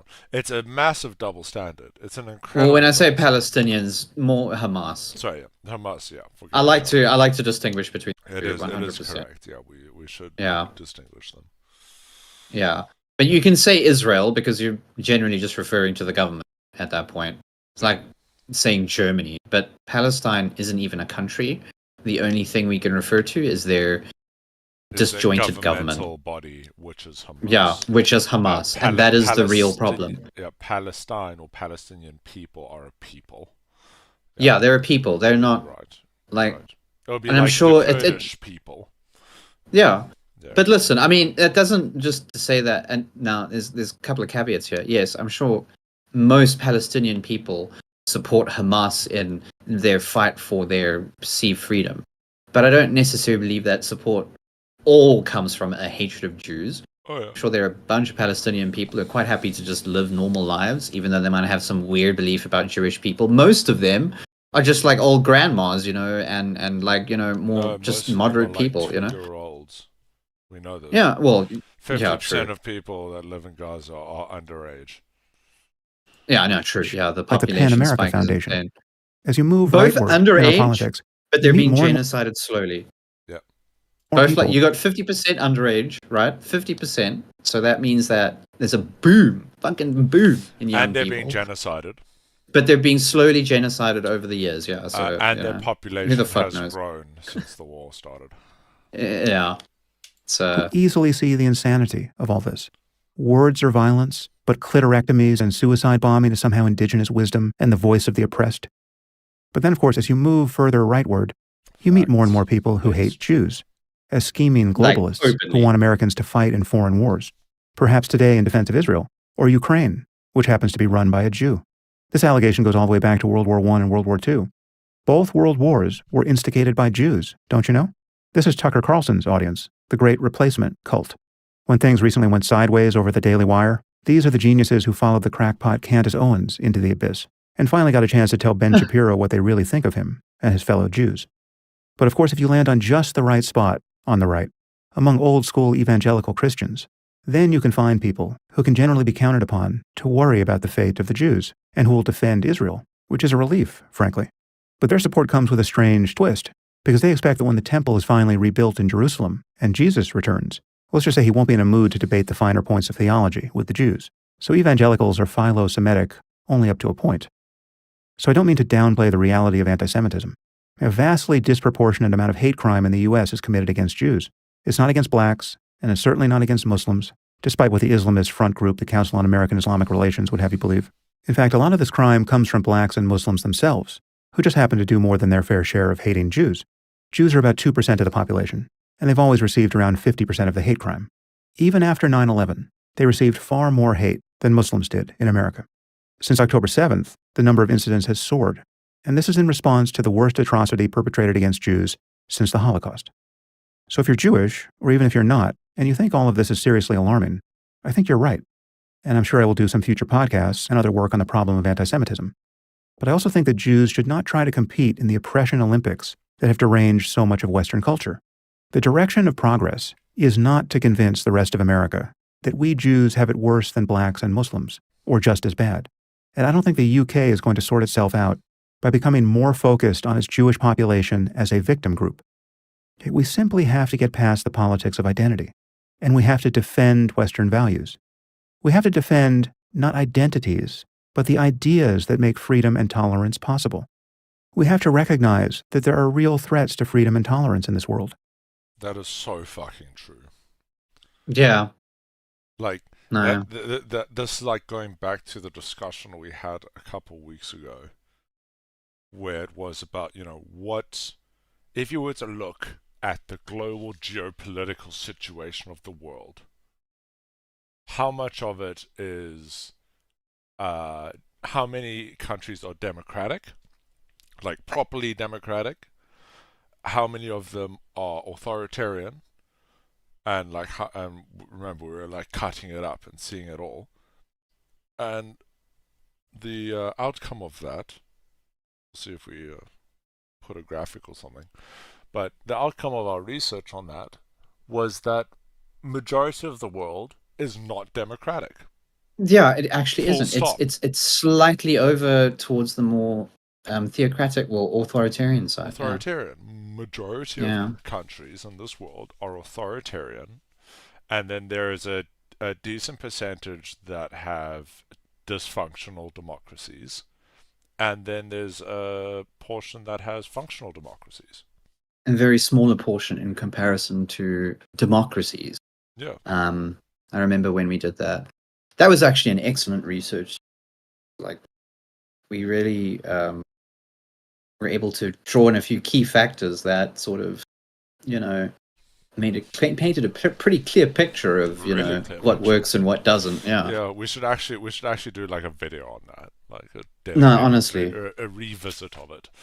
It was quite a cool little offline session. That was almost eye-opening on like the wider, larger geopolitical situation of the world. And that it makes you realize that like the West, which to be fair is a dirty word, people use the West in a very demeaning way. I think you could use the same thing of just democracies. Full stop. Just democracies in the world have an uphill battle.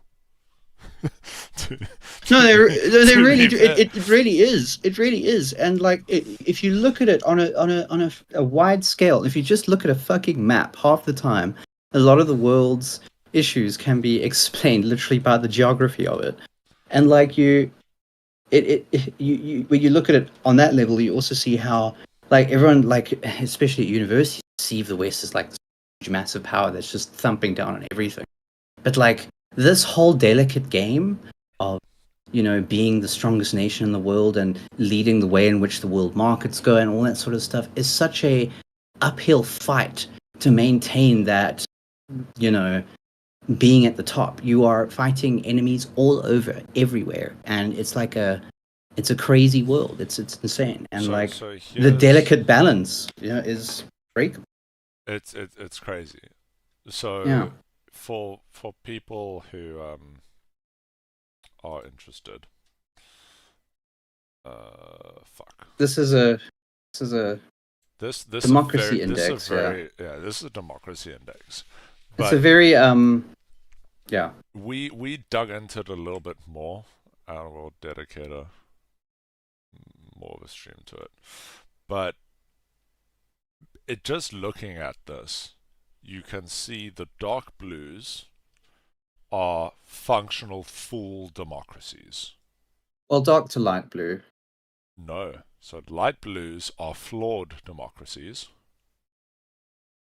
So yeah, they are still democracies. They are flawed democracies.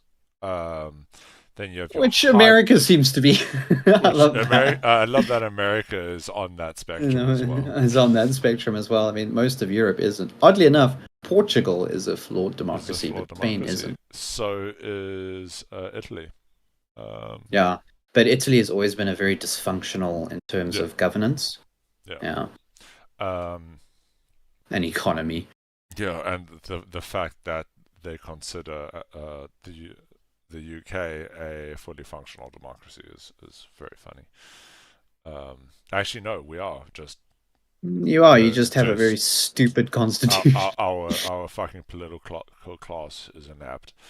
And so, yeah. So I shouldn't say stupid because you have a stupid government. I digress. Then the lighter yellows are your hybrid regimes. Now, that word hybrid, I think, we came to the conclusion was doing a lot of heavy lifting.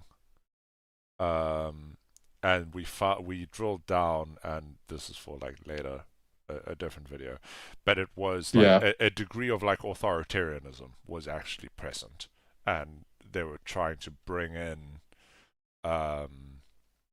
democratic systems, but they were very weak. They were too weak because they were just too fledgling. They weren't they didn't have the proper institutions or even infrastructures in place for them to be properly functional. Given the, I hate to say it like this, but it's like if you try to uplift like a nation too quickly after like being war torn to like try and make it a functional state, it often falls apart. Simply because there isn't enough. The safety checks just aren't there. The checks and balances haven't been tested enough, and the institutions aren't like stable or capable enough to withstand any form of like just someone taking over. And then to like round it all off, everyone else, so from orange through to dark reds and black, are authoritarian. Like super authoritarian. Like, well, what are the... Okay, so there's North Korea, which is... Wait. That's super authoritarian. Wait, hold on. They're just authoritarian. They're not as bad as So Myanmar. North Korea is worse than Myanmar, and then what's that state in the middle worse there? than North Korea. So there's Pakistan. Okay, so there's India, and next to India is Pakistan. That's Pakistan, and that's not Pakistan. What is that? No, Pakistan's orange. Yeah. No, Pakistan is next to India. Yeah. That's what I said. What is that? Kurdistan. What is that? What the fuck is that country? That piece of shit fucking country there. That shithole country. Afghanistan. No. Oh, it is! Oh my god, it is! It's the okay, well, look at the structure of Afghanistan. Zoom in. No, just go back to that map. They have two roads. No, not just that. Look at the how mountainous it is, but look how it sits on a big old plateau. Look how Pakistan is like the beginning of that. It literally sits on a big old mountain. It's like a mountain fortress country. Yeah. And that's what makes it so difficult. Yeah. And it's completely authoritarian, yeah. So, literally, majority of the world is non-democratic. Like a 51% majority. Moment, yeah. At the moment. It's a delicate balance. It's not like it's a vast majority. And that is if you're including flawed democracies within this metric. And so we're looking at absolutely perfect ones. Last time we looked at it, we even disqualified flawed democracies. A bunch of them. Yeah, a bunch of them. Democracies. Yeah. And it's a bit of a very, very sad picture actually when you think about it. When you start taking the view that we started. Because a lot of these, because a lot of these democracies aren't all just like, it's not like all the democracies in the world versus all the authoritarian countries. Like a lot of these flawed democracies, like South Africa, for example, are very easily swayed to one side or the other. Yeah. So well, not in terms of their own constitution. Even though but South in Africa terms of their allegiances, yeah. So South Africa, though it's a flawed democracy, is 100% in Russia and China's pocket. Yeah, it's basically like a state at this point. Like, to be honest with you. I know there's fucking civil war happening in Northern Africa. That's just a shit show. I'm not even going to try and touch that. Yeah. Like, if you look at that whole Sahel region, that is just a disaster area. Lots of coups happening all at once. It's, I mean, South America, haven't done any research on it, but... I could more or less say that most of these countries are flawed democracies, 100%. Chile, I would definitely say, is on the upper end. I don't know what that small country at the bottom there is. That Guatemala or is that Bolivia? What is that? No, Bolivia is more higher up. What is that country? Is that Uruguay? Well, they're doing all right. Seemingly. Uruguay. Well, hey, I mean, they won the World Cup twice, so good for them. But then again, Brazil won it 5 times, so and what the fuck does that mean? Costa Rica. And of course, Venezuela. Yeah, Costa Rica is really cool. It's basically like Mauritius over there. Yeah. Venezuela for obvious reasons. What's that other one over there? That other red one, that small country, is that Grenada? Up there. What is that? No, the one on that small line next to Venezuela to the right. There's another one there. Oh, it's French Guatemala. Wait, go there. To the right of Venezuela. French Gualana or something. I don't know how the fuck you say that. Okay, that's some who the fuck even cares? No, all the way to Guyana's fine. Suriname. No, you see, Bro, I've never even heard of these countries. These are failed, flawed democracies. But yeah. But the one right at the end there is a fucking disaster zone. We digress.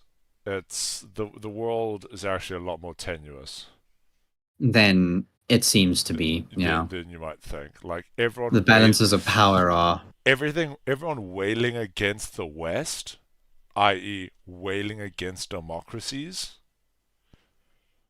I will personally believe, or I'm starting to believe, that it is all fucking psyops by Russia and China and all that shit, feeding on a seed that is there, and it's just like amplifying and exacerbating that problem through social media. Yeah. Through as Sam said, I mean, we literally have a fucking like a film studio in our pocket. We can all do whatever the fuck we want, and we can tell the whole world about it whenever. It's quite possible, and it's perfect. And to manipulate that is so easy. It is so easy to manipulate. And it's strange because we all loved in the beginning the idea of the freedom of the internet and the freedom of being able to express everything from everywhere. Oddly enough, all the alien sightings definitely down at the time when we all had fucking smartphones, but that was great. that was fun. But on the flip side of that, when we thought it would be so great, it turned out, like social media in particular, just turned out to be such a easy way to just manipulate people, especially when it comes to their feed. Really is.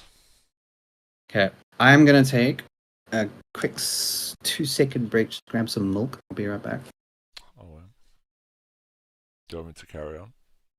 Oh, you're just grabbing some milk. Okay.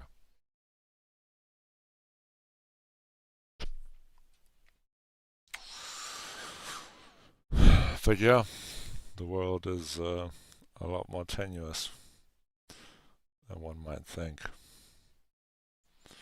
To be fair, if you believe that democracies are in fact the correct system to use. Maybe you're a socialist. Maybe you're, what's the opposite of socialism? Or communism? Authoritarianism? Well, and maybe you're pro-China or pro-Russia. Like...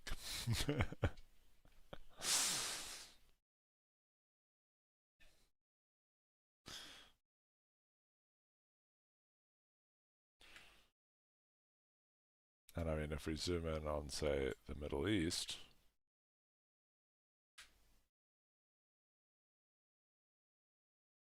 like,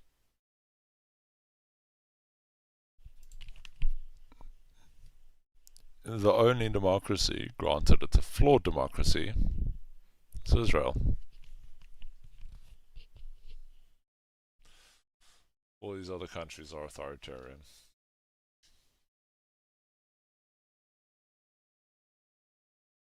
Which is why.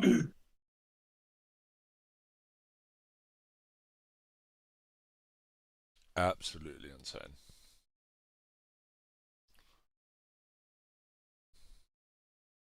Just a quick thought.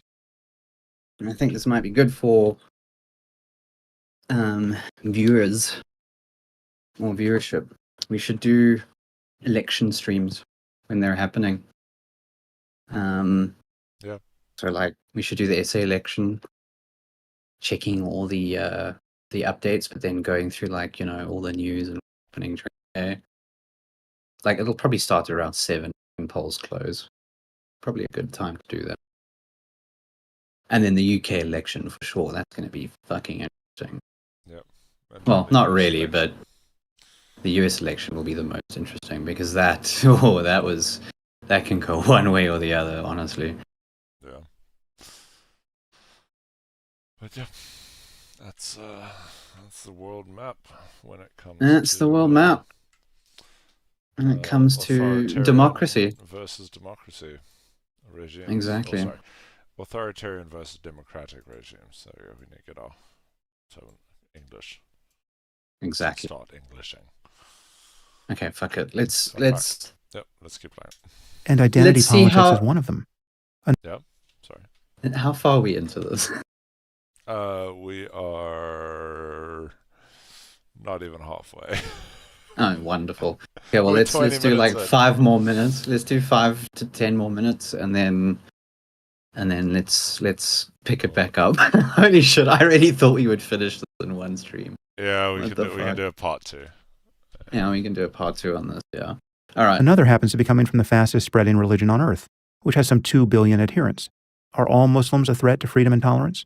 No, but almost all of them are doing a terrible job of acknowledging, much less combating, the dangerous fanaticism that is seething at the core of their religion. So I don't think we need a new Jewish media platform to compete with the malicious fantasies that pour forth from Al Jazeera, as harmful as those have been. We need the New York Times and the BBC to become morally sane again. I am not suggesting that anti-Semitism isn't a problem. I'm suggesting that a real defense of Western values would solve that problem, among many others. Nevertheless, it is easy to see why some of our kids are confused about Gaza. They are being inundated with misinformation about Israel, that the Jews are settler colonialists, that they have built an apartheid state, that they are guilty of genocide. Yep. These lies did not start on October 8th. They've been promulgated for decades. And it seems that no matter how patiently one corrects them, nothing changes. And the photos coming out of Gaza certainly don't help. As I've said before, there is no political analysis or moral argument that makes sense of images of dead children being pulled out of rubble. Yeah. It's also natural for people to look at the history of the conflict between the Israelis and the Palestinians and imagine that there's some moral parity between the two sides. In fact, because Israel has become more powerful, most people imagine that the responsibility for the ongoing conflict falls more on the Jews. Israel is now perceived to be a bully with advanced weaponry, and the Palestinians are merely victims, throwing rocks. Even in the aftermath of October 7th, when you had the Palestinians are victims throwing rocks with a camera. Had an avowedly genocidal organization like Hamas butchering non-combatants and taking women and children hostage, and firing rockets by the thousands purposely into civilian areas, we still have vast numbers of Westerners, and a majority of our own youth, apparently, believing that Israel is in the wrong, and that it effectively has no right to defend itself, or to even exist. Leaving other variables aside, like the identitarian disgrace of wokeism, the oppressor-oppressed framing of everything that has become standard on the left, as well as the frank anti-Semitism that we know is there, what we are seeing on our college campuses is only possible because people don't understand the threat that Islamic extremism poses to open societies everywhere. Again, what's happening on our college campuses is many things, but the level of moral confusion required to support Hamas and to demonize the people who are fighting Hamas requires that one not recognize what Hamas is. And in a way, this is also understandable. I mean, it is natural to imagine that people everywhere are more or less the same, and that they basically want the same things in life. It's easy to see how one might think that normal people would never resort to violence of the sort we saw from Hamas on October 7th, burning families alive on purpose, raping women and cutting their breasts off and then killing them, and shrieking with joy all the while. Right? Normal people wouldn't do this, couldn't do this, unless they've been subjected to some unendurable misery and injustice. I mean, they must have been driven insane by their own trauma. Let's leave aside the people who claim that those things didn't happen on October 7th. Most people understand what happened. And yet, given the assumption that people everywhere are more or less the same, the very extremity of the violence we saw on October 7th seems to put the moral onus on its victims somehow. And this weird distortion of moral intuition casts a shadow over the whole history of the Israeli-Palestinian conflict. The fact that the Palestinians could have produced an endless supply of suicide bombers during the Second Intifada, and that they would target non-combatants, even children, with this barbarism, that itself was considered proof that they'd been pushed well beyond the brink by the Israelis. Otherwise, normal human beings would never behave in so extraordinarily destructive a way. It is easy to see how uninformed people could make this assumption. This is a very useful point that the writer Paul Berman made 20 years ago in his book Terror and Liberalism. Similarly, people assume that groups like Hamas or Al-Qaeda or even the Islamic State attack Western targets for more or less normal political reasons. They think these movements are anti-colonial or straightforwardly nationalistic, and so they think that the extremity of their violence is once again at bottom the fault of Western powers. The chickens have finally come home to roost. While understandable, these assumptions have been obviously wrong for decades, for longer than I've been alive, even. To believe any of this now, as almost every secular person does by default, certainly as you move left of center politically, is to be totally deluded by a masochistic fantasy. And it's a dangerous fantasy because it's being consciously weaponized against not just Israel, but against every Western society. Islamic extremists know that most of us, especially in our elite institutions, are simply drunk on white guilt and self-doubt. Do you think that's fair to say? Most drunk of on, the people drunk on white guilt. I think is that really what the left is drunk on? I don't know. I don't think so. I mean, I think it's maybe a little bit overstated. I'm sure there are elements that seem that way in their approach to their, I guess their militant activism. But is it fair to say that most institutions and academic leaders? I don't know. I mean, I know there is a portion of the left that is like that, yeah. Is like that. But here's the thing, and I think it's if that's a catch-all for this, though. Yeah, I don't, and maybe it's not a good example, but sometimes I like to look at just the collection of extremists and where they sort of fall, and like it just seems to me that the vast majority of extreme views, especially in America, because this is the context of America, seem to be more on the right side of things, where students are always going to be like this. This is nothing new for students. It's not like these protests are like the most insane protests that have ever happened. I mean, look what happened during George Floyd. Okay, the country was rioting, my guy. Like it was rioting. There were literal riots. There was Kyle Rittenhouse running around with these little fucking not toy gun, but with these gun, just like trying to be like a hero and then ending up being in a fucked up situation where he had to fucking shoot people. And that shit was happening. This is not happening on this scale. Like, there have been violent protests in America since time immemorial. And I know, and I'm not trying to, like,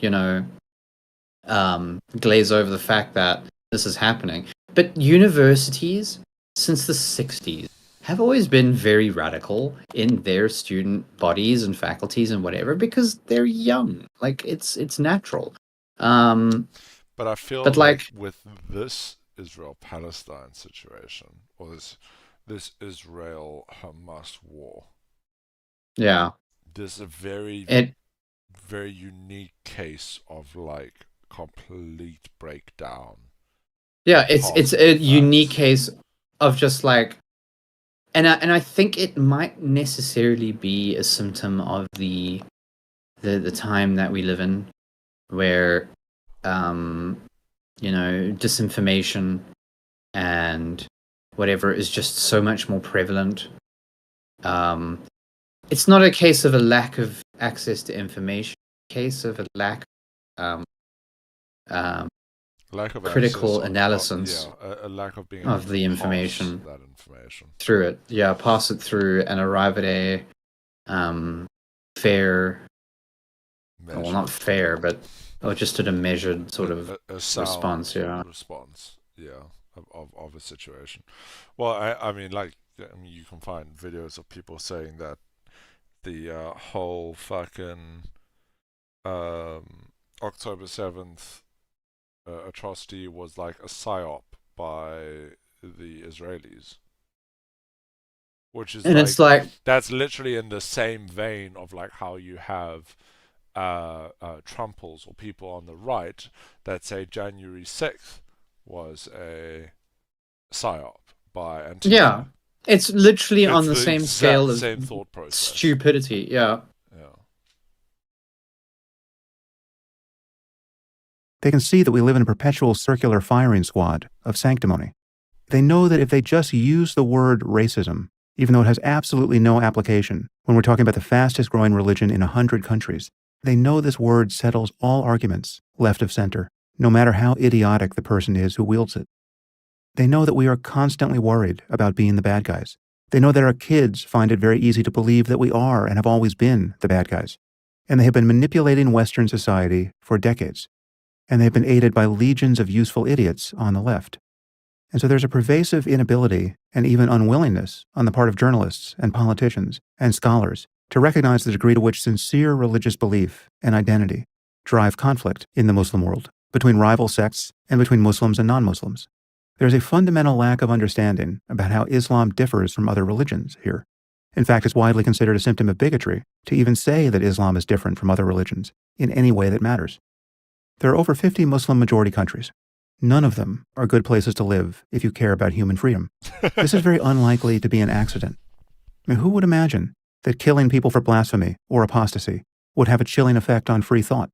Who would imagine that the explicit denial of political equality for women might have something to do with its absence throughout the Muslim world?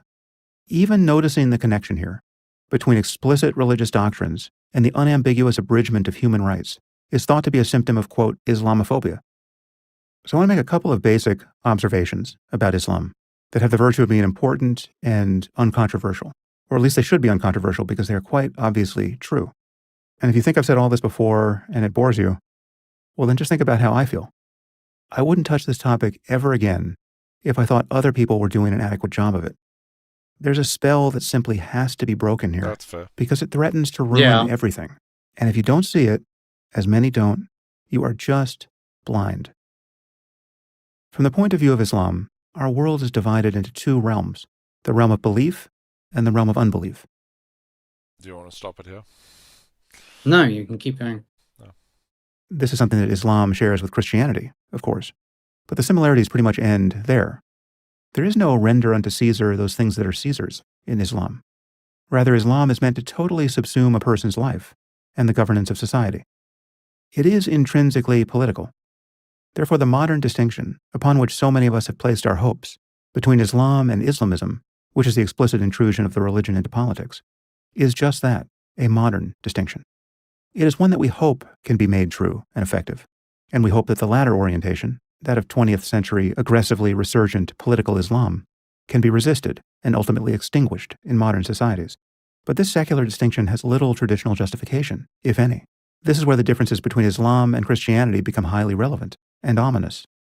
Take a moment to consider this, as though for the first time. Muhammad wasn't the Muslim Jesus. It's important to notice that the man was not crucified. He was a statesman and a warlord. He fought in dozens of battles and was victorious. And in Islam, Muhammad is the very model of the ideal man. Just imagine how Christianity might be different if Jesus routinely had his enemies killed and their wives taken as sex slaves. You think it might just be a little different? Do you think Christianity might be just a little different if Jesus had been less like a hippie with a steady supply of MDMA and more like Tony Soprano? The first Muslims didn't spend centuries, as the early Christians did, as outsiders being oppressed by their unbelieving masters. They tasted political power from the very beginning. The first Muslims created an empire more or less immediately after the death of the Prophet. And then they just crushed everyone for 500 years. Unlike Judaism, Islam enjoins its followers to spread their faith, the one true and completely correct faith, to the ends of the earth. Christianity is also a relentlessly missionary faith, of course. But from its inception, it was a religion of weakness. Again, Christ was crucified. Blessed are the meek, for they will inherit the earth, remember? Islam, from the first moment, was a religion of power. The idea of non-Muslims ruling over Muslims, or even having equivalent power alongside them perpetually, has always been anathema. It's an error to be rectified. Yeah, well, that's why you have second-class citizens. That's why you have dhimmis, yeah. You have, like, the Jews. Yeah, dhimmis, yeah. Yeah, that's what happened in the Ottoman Empire. You know? And I do find it really interesting when you raise that as a point. Muslims will be like, yeah, but they still have rights. No, they did. They're fine. You know, yeah, kind of like how the second-class citizens, but you know. Yeah, kind of like how the people in Qatar who were almost enslaved had rights. Yeah, you know, like on that level. Rights. They still have all their toes. Through spiritual struggle, sure, but also through physical violence.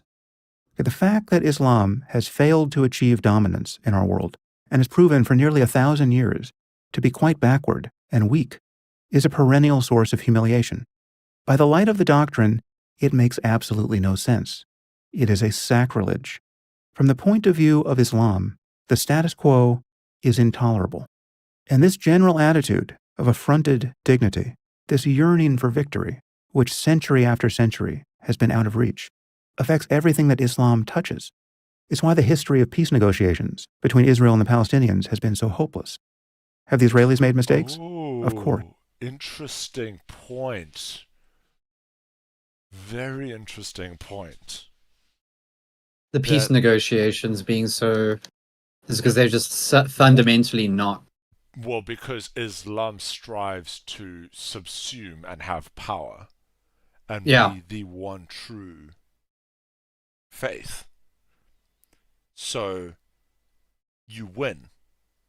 You don't negotiate, you win.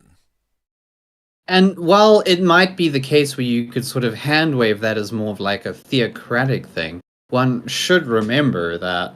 I mean, you could see there's a lot of more like modernized Islamic countries that are less theocratic in that nature.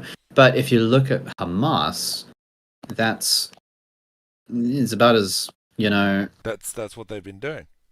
It's about as conquestual as it gets. Well, it's about as we want to rule this land as it gets. Hamas sees themselves as martyrs, so yeah.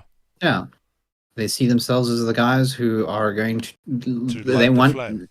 Yeah, they want to light the flame and they want to get the whole land back from the river to the sea. That's the whole point. Yeah. That's a very interesting point. Yeah. Because and that would explain why with every single peace negotiation that takes place, it falls apart right at the end when everyone's ready to accept it. Yeah, they just peace out because every time they know each time there's a peace negotiation, the terms will get better and they'll get more. So they're just like, yeah, well, so peace out until the next one, guys. As a result, yeah. Let us go exactly. do the thing again, and we'll get in a better position. Do the Jews have their own religious fanatics? Yes. But the peace process between the Israelis and the Palestinians has been rendered hopeless from the start, because for a majority of Palestinians, and for vast numbers of Muslims in the region, the mere presence of a Jewish state in the Holy Land is totally unacceptable. It's a Nakba, a catastrophe. Sure. It is a perversion of a sacred history, and it is an abject failure of the mission of Islam, which is to conquer the world for the glory of God, and above all, to never forsake Muslim lands once they have been conquered, which of course Palestine once was. As it is said in the Quran, kill them wherever you find them, and drive them from the places from which they drove you. This is not a religion of peace. It is a religion of conquest and submission. There's a lot to criticize in all religions, and I've certainly done my fair share of that. But it is simply a fact that the doctrine of holy war and a love of martyrdom and an utter intolerance for blasphemy and apostasy are central to Islam in a way that they are not central to other religions. Of course, not all Muslims want to live this way, and that is wonderful. That's why our world isn't in total chaos. But the problem is that when you look at the worst examples of jihadist barbarism and atrocity, the behavior of Hamas on October 7th, or the Islamic State on every day of the year, it is very difficult to say how these people are getting Islam wrong. To be clear, I am not saying that there's only one Islam and that the extremists have it right. I'm saying that they don't have it obviously wrong. Their version of the faith is all too plausible. What did the worst members of the Islamic State do that Muhammad himself didn't do or wouldn't have approved of? That is a very difficult question to answer. And the fact that it is a difficult question to answer is increasingly a problem for the entire world. If you ask the same question about Jesus or Buddha, it's a very easy question to answer. What is Hamas doing that Jesus or Buddha didn't do or wouldn't have approved of? Everything. I recently stumbled upon an article in the New York Times from 15 years ago. I doubt the Times would publish such an article today. It's very short, so I'm going to read you the whole thing. The title is, "Fighter Sees His Paradise in Gaza's Pain." This was published January 8th, 2009. The writer is Tagreed El-Kodari. Gaza City. The emergency room in Shifa Hospital is often a place of gore and despair. On Thursday, it was a lesson in the way ordinary people are squeezed between suicidal fighters and a military behemoth. Dr. Ani Al-Jaru, 37, a surgeon at the hospital, rushed in from his home here, dressed in his scrubs. But he came not to work. His head was bleeding, and his daughter's jaw was broken. He said Hamas militants next to his apartment building had fired mortar and rocket rounds. Notice the detail here, next to his apartment building. Israel fired back with force, and his apartment was hit. His wife, Albina, originally from Ukraine, and his 1-year-old son were killed. "My son has been turned into pieces," he cried. "My wife was cut in half. I had to leave her body at home." Because Albina was a foreigner, she could have left Gaza with her children, but Dr. Jaru lamented she would not leave him behind. A car arrived with more patients. One was a 20-year-old man with shrapnel in his left leg, who demanded quick treatment. He turned out to be a militant with Islamic Jihad. He was smiling a big smile. "Hurry, I must get back so I can keep fighting," he told the doctors. He was told that there were more serious cases than his, that he needed to wait. But he insisted. "We are fighting the Israelis," he said. "When we fire, we run, but they hit back so fast. We run into the houses to get away." He continued smiling. "Why are you so happy?" this reporter asked. "Look around you." A girl who looked about 18 screamed as a surgeon removed shrapnel from her leg. An elderly man was soaked in blood. A baby a few weeks old and slightly wounded looked around helplessly. A man lay with parts of his brain coming out. His family wailed at his side. "Don't you see that these people are hurting?" the militant was asked. "But I am from the people too," he said, his smile incandescent. "They lost their loved ones as martyrs. They should be happy. I want to be a martyr too." Okay, that's the end of the article. This is the problem. We don't have to get into a time machine and sort out the history of the region. We don't have to talk about 1948 or 1967. Without this specific form of religious fanaticism, the conflict between Israel and her neighbors would be an ordinary conflict. It would be easy enough to negotiate. It would be possible for the Jews and the Muslims to decide to build wealth together. They could have turned Gaza into an absolutely gorgeous resort on the Mediterranean. If all you care about is the well-being of the Palestinians, you should want them to be free of this lunatic ideology that has made them impossible to live with. But for some reason, most academics and journalists refuse to recognize what is being revealed in an article like this. They desperately want to think that specific religious doctrines, like the idea that martyrs go straight to paradise, are either not believed by anyone, or if believed, have no effect on a person's behavior. This is without question the most mystifying and infuriating form of ignorance I have ever encountered. Of course, we all desperately want to believe that there's a clear line of distinction between the real fanatics in a group like Hamas and the Palestinian people. And this will be true for many Palestinians, I have no doubt. Those people are effectively hostages. But it's not true for all Palestinians, and it's probably not even true for most of them. For instance, whenever polled, support for suicide bombing against civilians has always been sickeningly high among Palestinians, around 70%, and support for specific terrorist groups like Hamas and Hezbollah generally ranges between 40 and 60%. So we're not talking about just a few radicals. I mean, have you seen the videos of Israeli hostages being taken into Gaza on October 7th? The images of blood-covered girls being dragged into vehicles and onto motorcycles. Have you seen the men swarming around these hostages, celebrating their capture, shouting Allahu Akbar? Put yourself in the minds of these men. I mean, perhaps you can understand all this jubilance and malice being expressed over captured male soldiers, like the Black Hawk Down incident in Somalia. But imagine celebrating the kidnapping of girls. Some of like it's medieval. Yeah, it's almost barbaric. It's your army has come back from raiding a neighboring nation with hostages. Sorry, not hostages, with slaves and spoils of war. Yeah, 100%. It's medieval. You're celebrating your commanders and your booty military almost. might. And the spoils that come with it. Yeah, it's almost like you're a Viking raider. Like, what the fuck is going on? It's medieval, dude. It's in a different century. Of whom have been clearly raped and seriously injured. I mean, in one of these videos, a young woman appears to have had her Achilles tendons cut so that she can't run away. Imagine celebrating the capture of a terrified woman holding her children. Can you imagine this? I mean, after 9/11, as an American, traumatized by an act of terror of a sort that we have never seen on our shores, imagine if SEAL Team 6 had captured some random Saudi women and children and paraded them as hostages through Times Square. I mean, can you imagine dancing for joy and spitting in the faces of these terrified women? Imagine our soldiers dragging the mutilated bodies of other Saudi non-combatants along the sidewalk. Can you imagine people coming out of their offices and shrieking with joy and stomping on their bodies? I mean, can you imagine the Israelis doing this to the bodies of Palestinian non-combatants in the streets of Tel Aviv? No. Imagine. Yeah. Just imagine that happening. Can you even comprehend it? Just one Palestinian family that is taken and paraded. Yeah. Dude. The absolute outcry from all of the people in that city itself, not even the world, just the people in that city would be so disgusted by it. Yeah. And the rest of the world will be like, what the fuck? Yeah. No, you can't. Culture The moral matters. equivalence is not there. Beliefs Culture matter. does matter. So whether they belong to the organization or not, the people you see in those videos are the same as Hamas. Once again, I need to touch the handrail here so you all don't fall over. Am I saying that all Muslims are dangerous fanatics? No.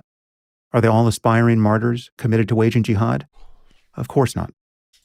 Are they all celebrating the parading of slaves in the streets? No. No. But a lot are. But and a frightening amount. A disturbing amount are, yeah. Too many. And that is a very good thing. Because do all even Christians one is believe too much in the physical resurrection of Jesus? I'm sure that many, many millions at this point don't. It is, after all, getting harder and harder to believe such things. But it is... Though saying like one is too much, like you would have some fucking evangelical Christian being like, whoa! Maybe, yeah. So, but it's a lot smaller, it's a smaller portion of the population. Like some Georgia hick, maybe. Like it would definitely not any regular citizen of New York City, that's for sure. It's nevertheless Even Tel Aviv. true to say that a belief in the physical resurrection of Jesus is absolutely core to Christianity. This is not controversial. It's like saying that Apple builds smartphones. Any debate on that topic is a fake debate. You want to be a Christian who thinks that the resurrection was just spiritual or metaphorical? Great. You've changed the religion. You're making progress. We love you for it. Any debate about whether Islam really teaches, at its core, a worldview that justifies the barbarism of Hamas is a fake debate, because Islam does teach this. And much depends on the majority of Muslims worldwide reframing and ignoring or otherwise relinquishing some of the core tenets of Islam, because they're absolutely at odds with our common project of building open, pluralistic societies. Acknowledging this and demanding that Muslims themselves acknowledge this is not bigotry. It is basic sanity. The opposition... But it gets chastised as bigotry. Yeah, more or less. Yeah. Between radical Islam and Western values is an existential concern for Israel, and it could one day become an existential concern for the rest of us. Am I saying that things are hopeless? No. In fact, it's a very hopeful sign that several Middle Eastern regimes appear to want normalized relations with Israel at this point. And the fact that the Saudis and the Jordanians helped repel Iran's recent drone and missile attack was also very promising. However, the fact that Arab monarchs and dictators can see the wisdom of changing their policies toward Israel does not mean that attitudes have changed on the so-called Arab street, and what the street will tolerate will limit what even dictators can do. These attitudes will, of course, be massively informed by Islam. There's also the fact that any Arab solidarity with Israel against Iran might have less to do with truly shared human values and more to do with the sectarian schism between Sunni and Shia Islam. But if these autocrats want to drag their countries into the modern world, I am certainly rooting for them. However, the deeper principle is that there is a clash of civilizations between traditional Islam and Western values. And what we're seeing on college campuses is a very successful manipulation of Western weakness, wherein we can have our own values of tolerance and diversity and self-criticism and compassion weaponized against us.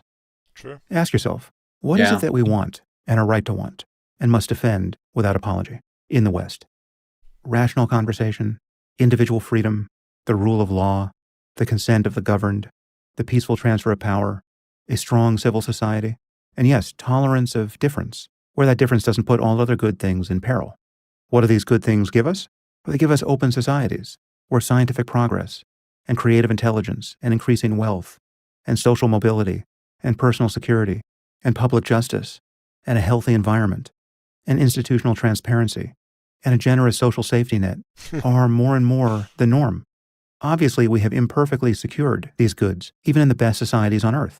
But it is just as obvious that some places have none of them. And worse, some people, some groups, even whole cultures, don't want most of these things. It is time to admit that not everyone wants a good life as you and I understand it. Hey kids, Hamas does not want what you want. Well, they would throw your LGBTQ friends off roofs. A good life is different from people to people. Yeah. There's about 5 minutes left of this. Okay, so let's just run it up. Hamas does not want what you want. They would throw your LGBTQ friends off rooftops. And I'm sorry to say, many Palestinians want what Hamas wants. This is a hard truth, and has made peace in the Middle East so far impossible. The people of the future, and perhaps our future selves, will know what we can't know now, which is how we handled this moment. How or whether we rose to the challenge of having our deepest principles used against us, carefully inverted and used against us. Freedom of speech, tolerance of diversity, self-doubt. These virtues can be used against their adherents, cynically and with evil intent. That is what Islamic extremists are doing all over the world. That is what their organizations are doing inside our own societies. This is not a conspiracy theory. This has all been publicly visible for decades, and they're being facilitated by useful idiots, as is now especially evident on our college campuses. Of course, we're also being played by Russia and China, and perhaps other hostile foreign actors, who are fanning the flames of our own partisanship and hysteria. But part of that hysteria is that many of us now perceive any effort to limit the spread of misinformation and social contagion to be the first signs of Orwellian repression from our own government. We live in a country where people go berserk whenever they learn that our government can access information through a court order that they themselves routinely give to random apps and other services just for the sake of convenience. True. It is utterly childish to imagine that our interests as a nation are best served by total institutional distrust, where we have people like Edward Snowden and Julian Assange hacking and leaking state secrets continuously. Most people haven't spent 5 minutes imagining the gravity of what must be in every U.S. president's daily briefing. We have to grow up and do what it takes to protect our society from people and groups and foreign adversaries that actually want to destroy it. Of course, it's true that fighting terror and confusion can put the very freedoms we seek to protect in jeopardy.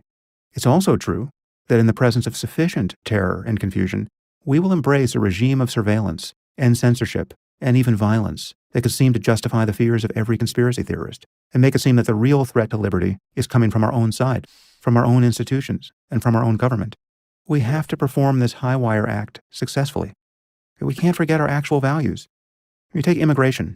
Providing sanctuary to real refugees fleeing violence and welcoming immigrants who are seeking to better their lives and want to build those lives in the West. This is one of our core humanitarian values. We don't want to get rid of that. Emma Lazarus's poem, inspired by the Statue of Liberty, which is now inscribed on a plaque there, "Give me your tired, your poor, your huddled masses yearning to breathe free." That's not just sentimental bullshit. That's the best of America. It's never quite been our immigration policy. It's always been aspirational. But we want to be a country that is strong enough and generous enough to be a light unto the rest of the world. Emma Lazarus, incidentally, was Jewish. The Great Replacement started there, fellas, with the Statue of Liberty. You might want to get on that, Tucker. That's your bread and butter right there. Yep. The question we have to answer is, how can open societies like ours maintain their values and even improve them in a world where we have real enemies? You don't have to be a xenophobe or a Christian nationalist or a Nazi or any other species of asshole to recognize that some people are coming into our societies with no intention of ever sharing our values. True. Again, this is about culture, ideas and their consequences, not the color of people's skin. It's a wolf in sheep's clothing situation. Yeah. A minority, but definitely But you still need to be aware of it. Yeah. aware of it, yeah. Okay, if we imported And a stand sufficient up number... against it isn't like, shouldn't be considered Islamophobic or kind of... Well, I think it is a dirty word, but I'm starting to get to the point where I'm almost willing to admit I'm Islamophobic. To some degree, yeah. To some degree. For sure. There's a lot of like loaded stuff with it, but if you look at the dictionary definition, yeah, probably true. Like how a lot of people are arachnophobic. Yeah. Of communists into the United States. It would be no surprise if we one day discovered that we had a problem with communists seeking to demolish the very foundations of our economy. And it would serve us right. They were wearing their antipathy for capitalism on their sleeves the whole time. They were telling us, ad nauseum, what they want to accomplish, the destruction of capitalism. How could we be surprised if a massive influx of committed communists eventually posed a threat to our way of life? Similarly, if we import a sufficient number of Islamists and jihadists, we will eventually have a problem with political and militant Islam. This is guaranteed. And to my eye, much of Western Europe already has this problem, to a degree that it should find intolerable. It is completely rational, and not at all an expression of bigotry, as an American, to not want to follow Western Europe down that path. Does this mean that I was in favor of Trump's idiotic ban on Muslim immigration? No. Given that we need to win a war of ideas within the Muslim community, given that we need to inoculate Western societies against Islamic extremism, some of the most valuable immigrants we could have, in my view, are truly secular Muslims, truly liberal Muslims, and above all, ex-Muslims. We want people who come from Muslim-majority societies and who understand exactly why life in those societies is not as good as it is in the West. Not just because we have more money, but because we have better values. We want people from Pakistan and Iran who are appalled by religious fanaticism. Put these people at the front of the line. There is not a shred of xenophobia or bigotry, much less racism, implied by anything I have said on this podcast.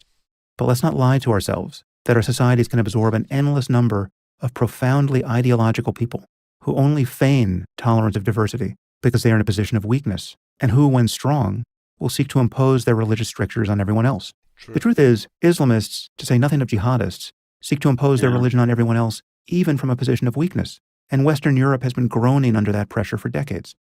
As with immigration, so it is with free speech. I think the U.S. is in a much better position than any other country because we have the First Amendment.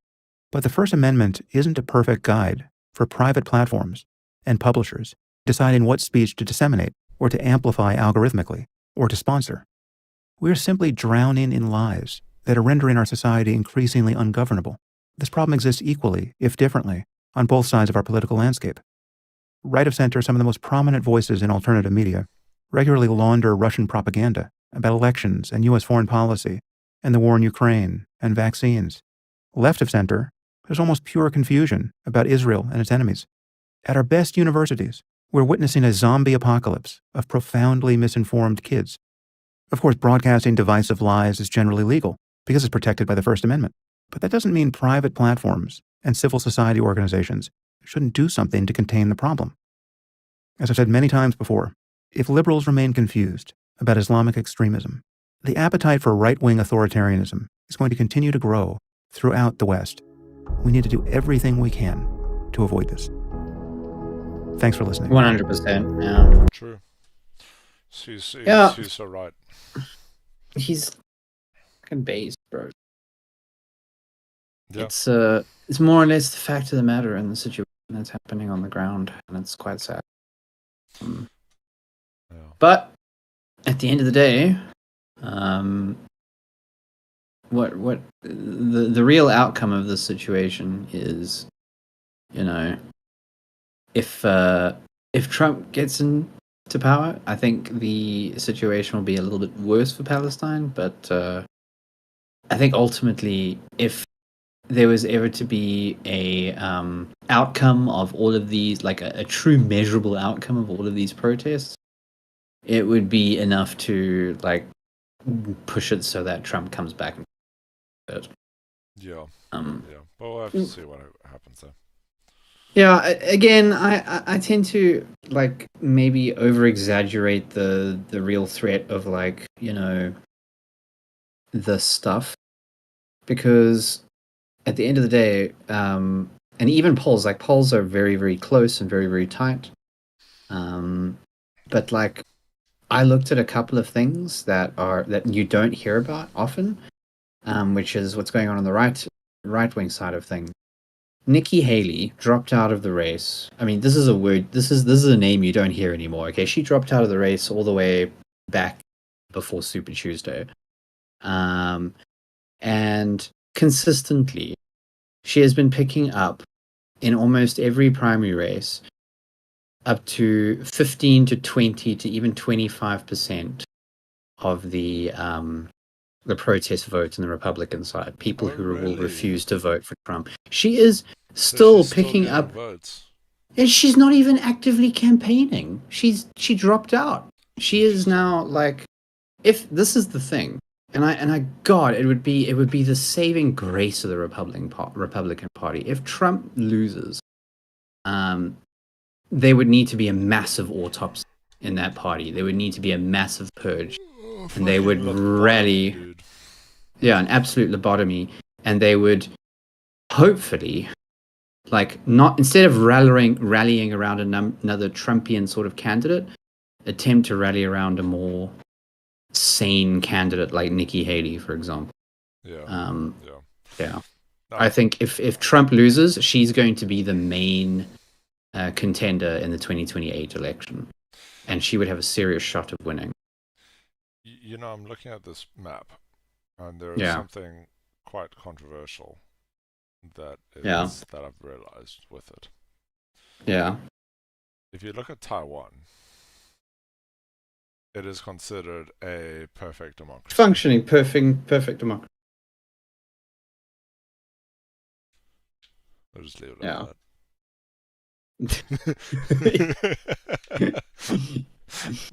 That's a one China policy. One China policy. One China policy.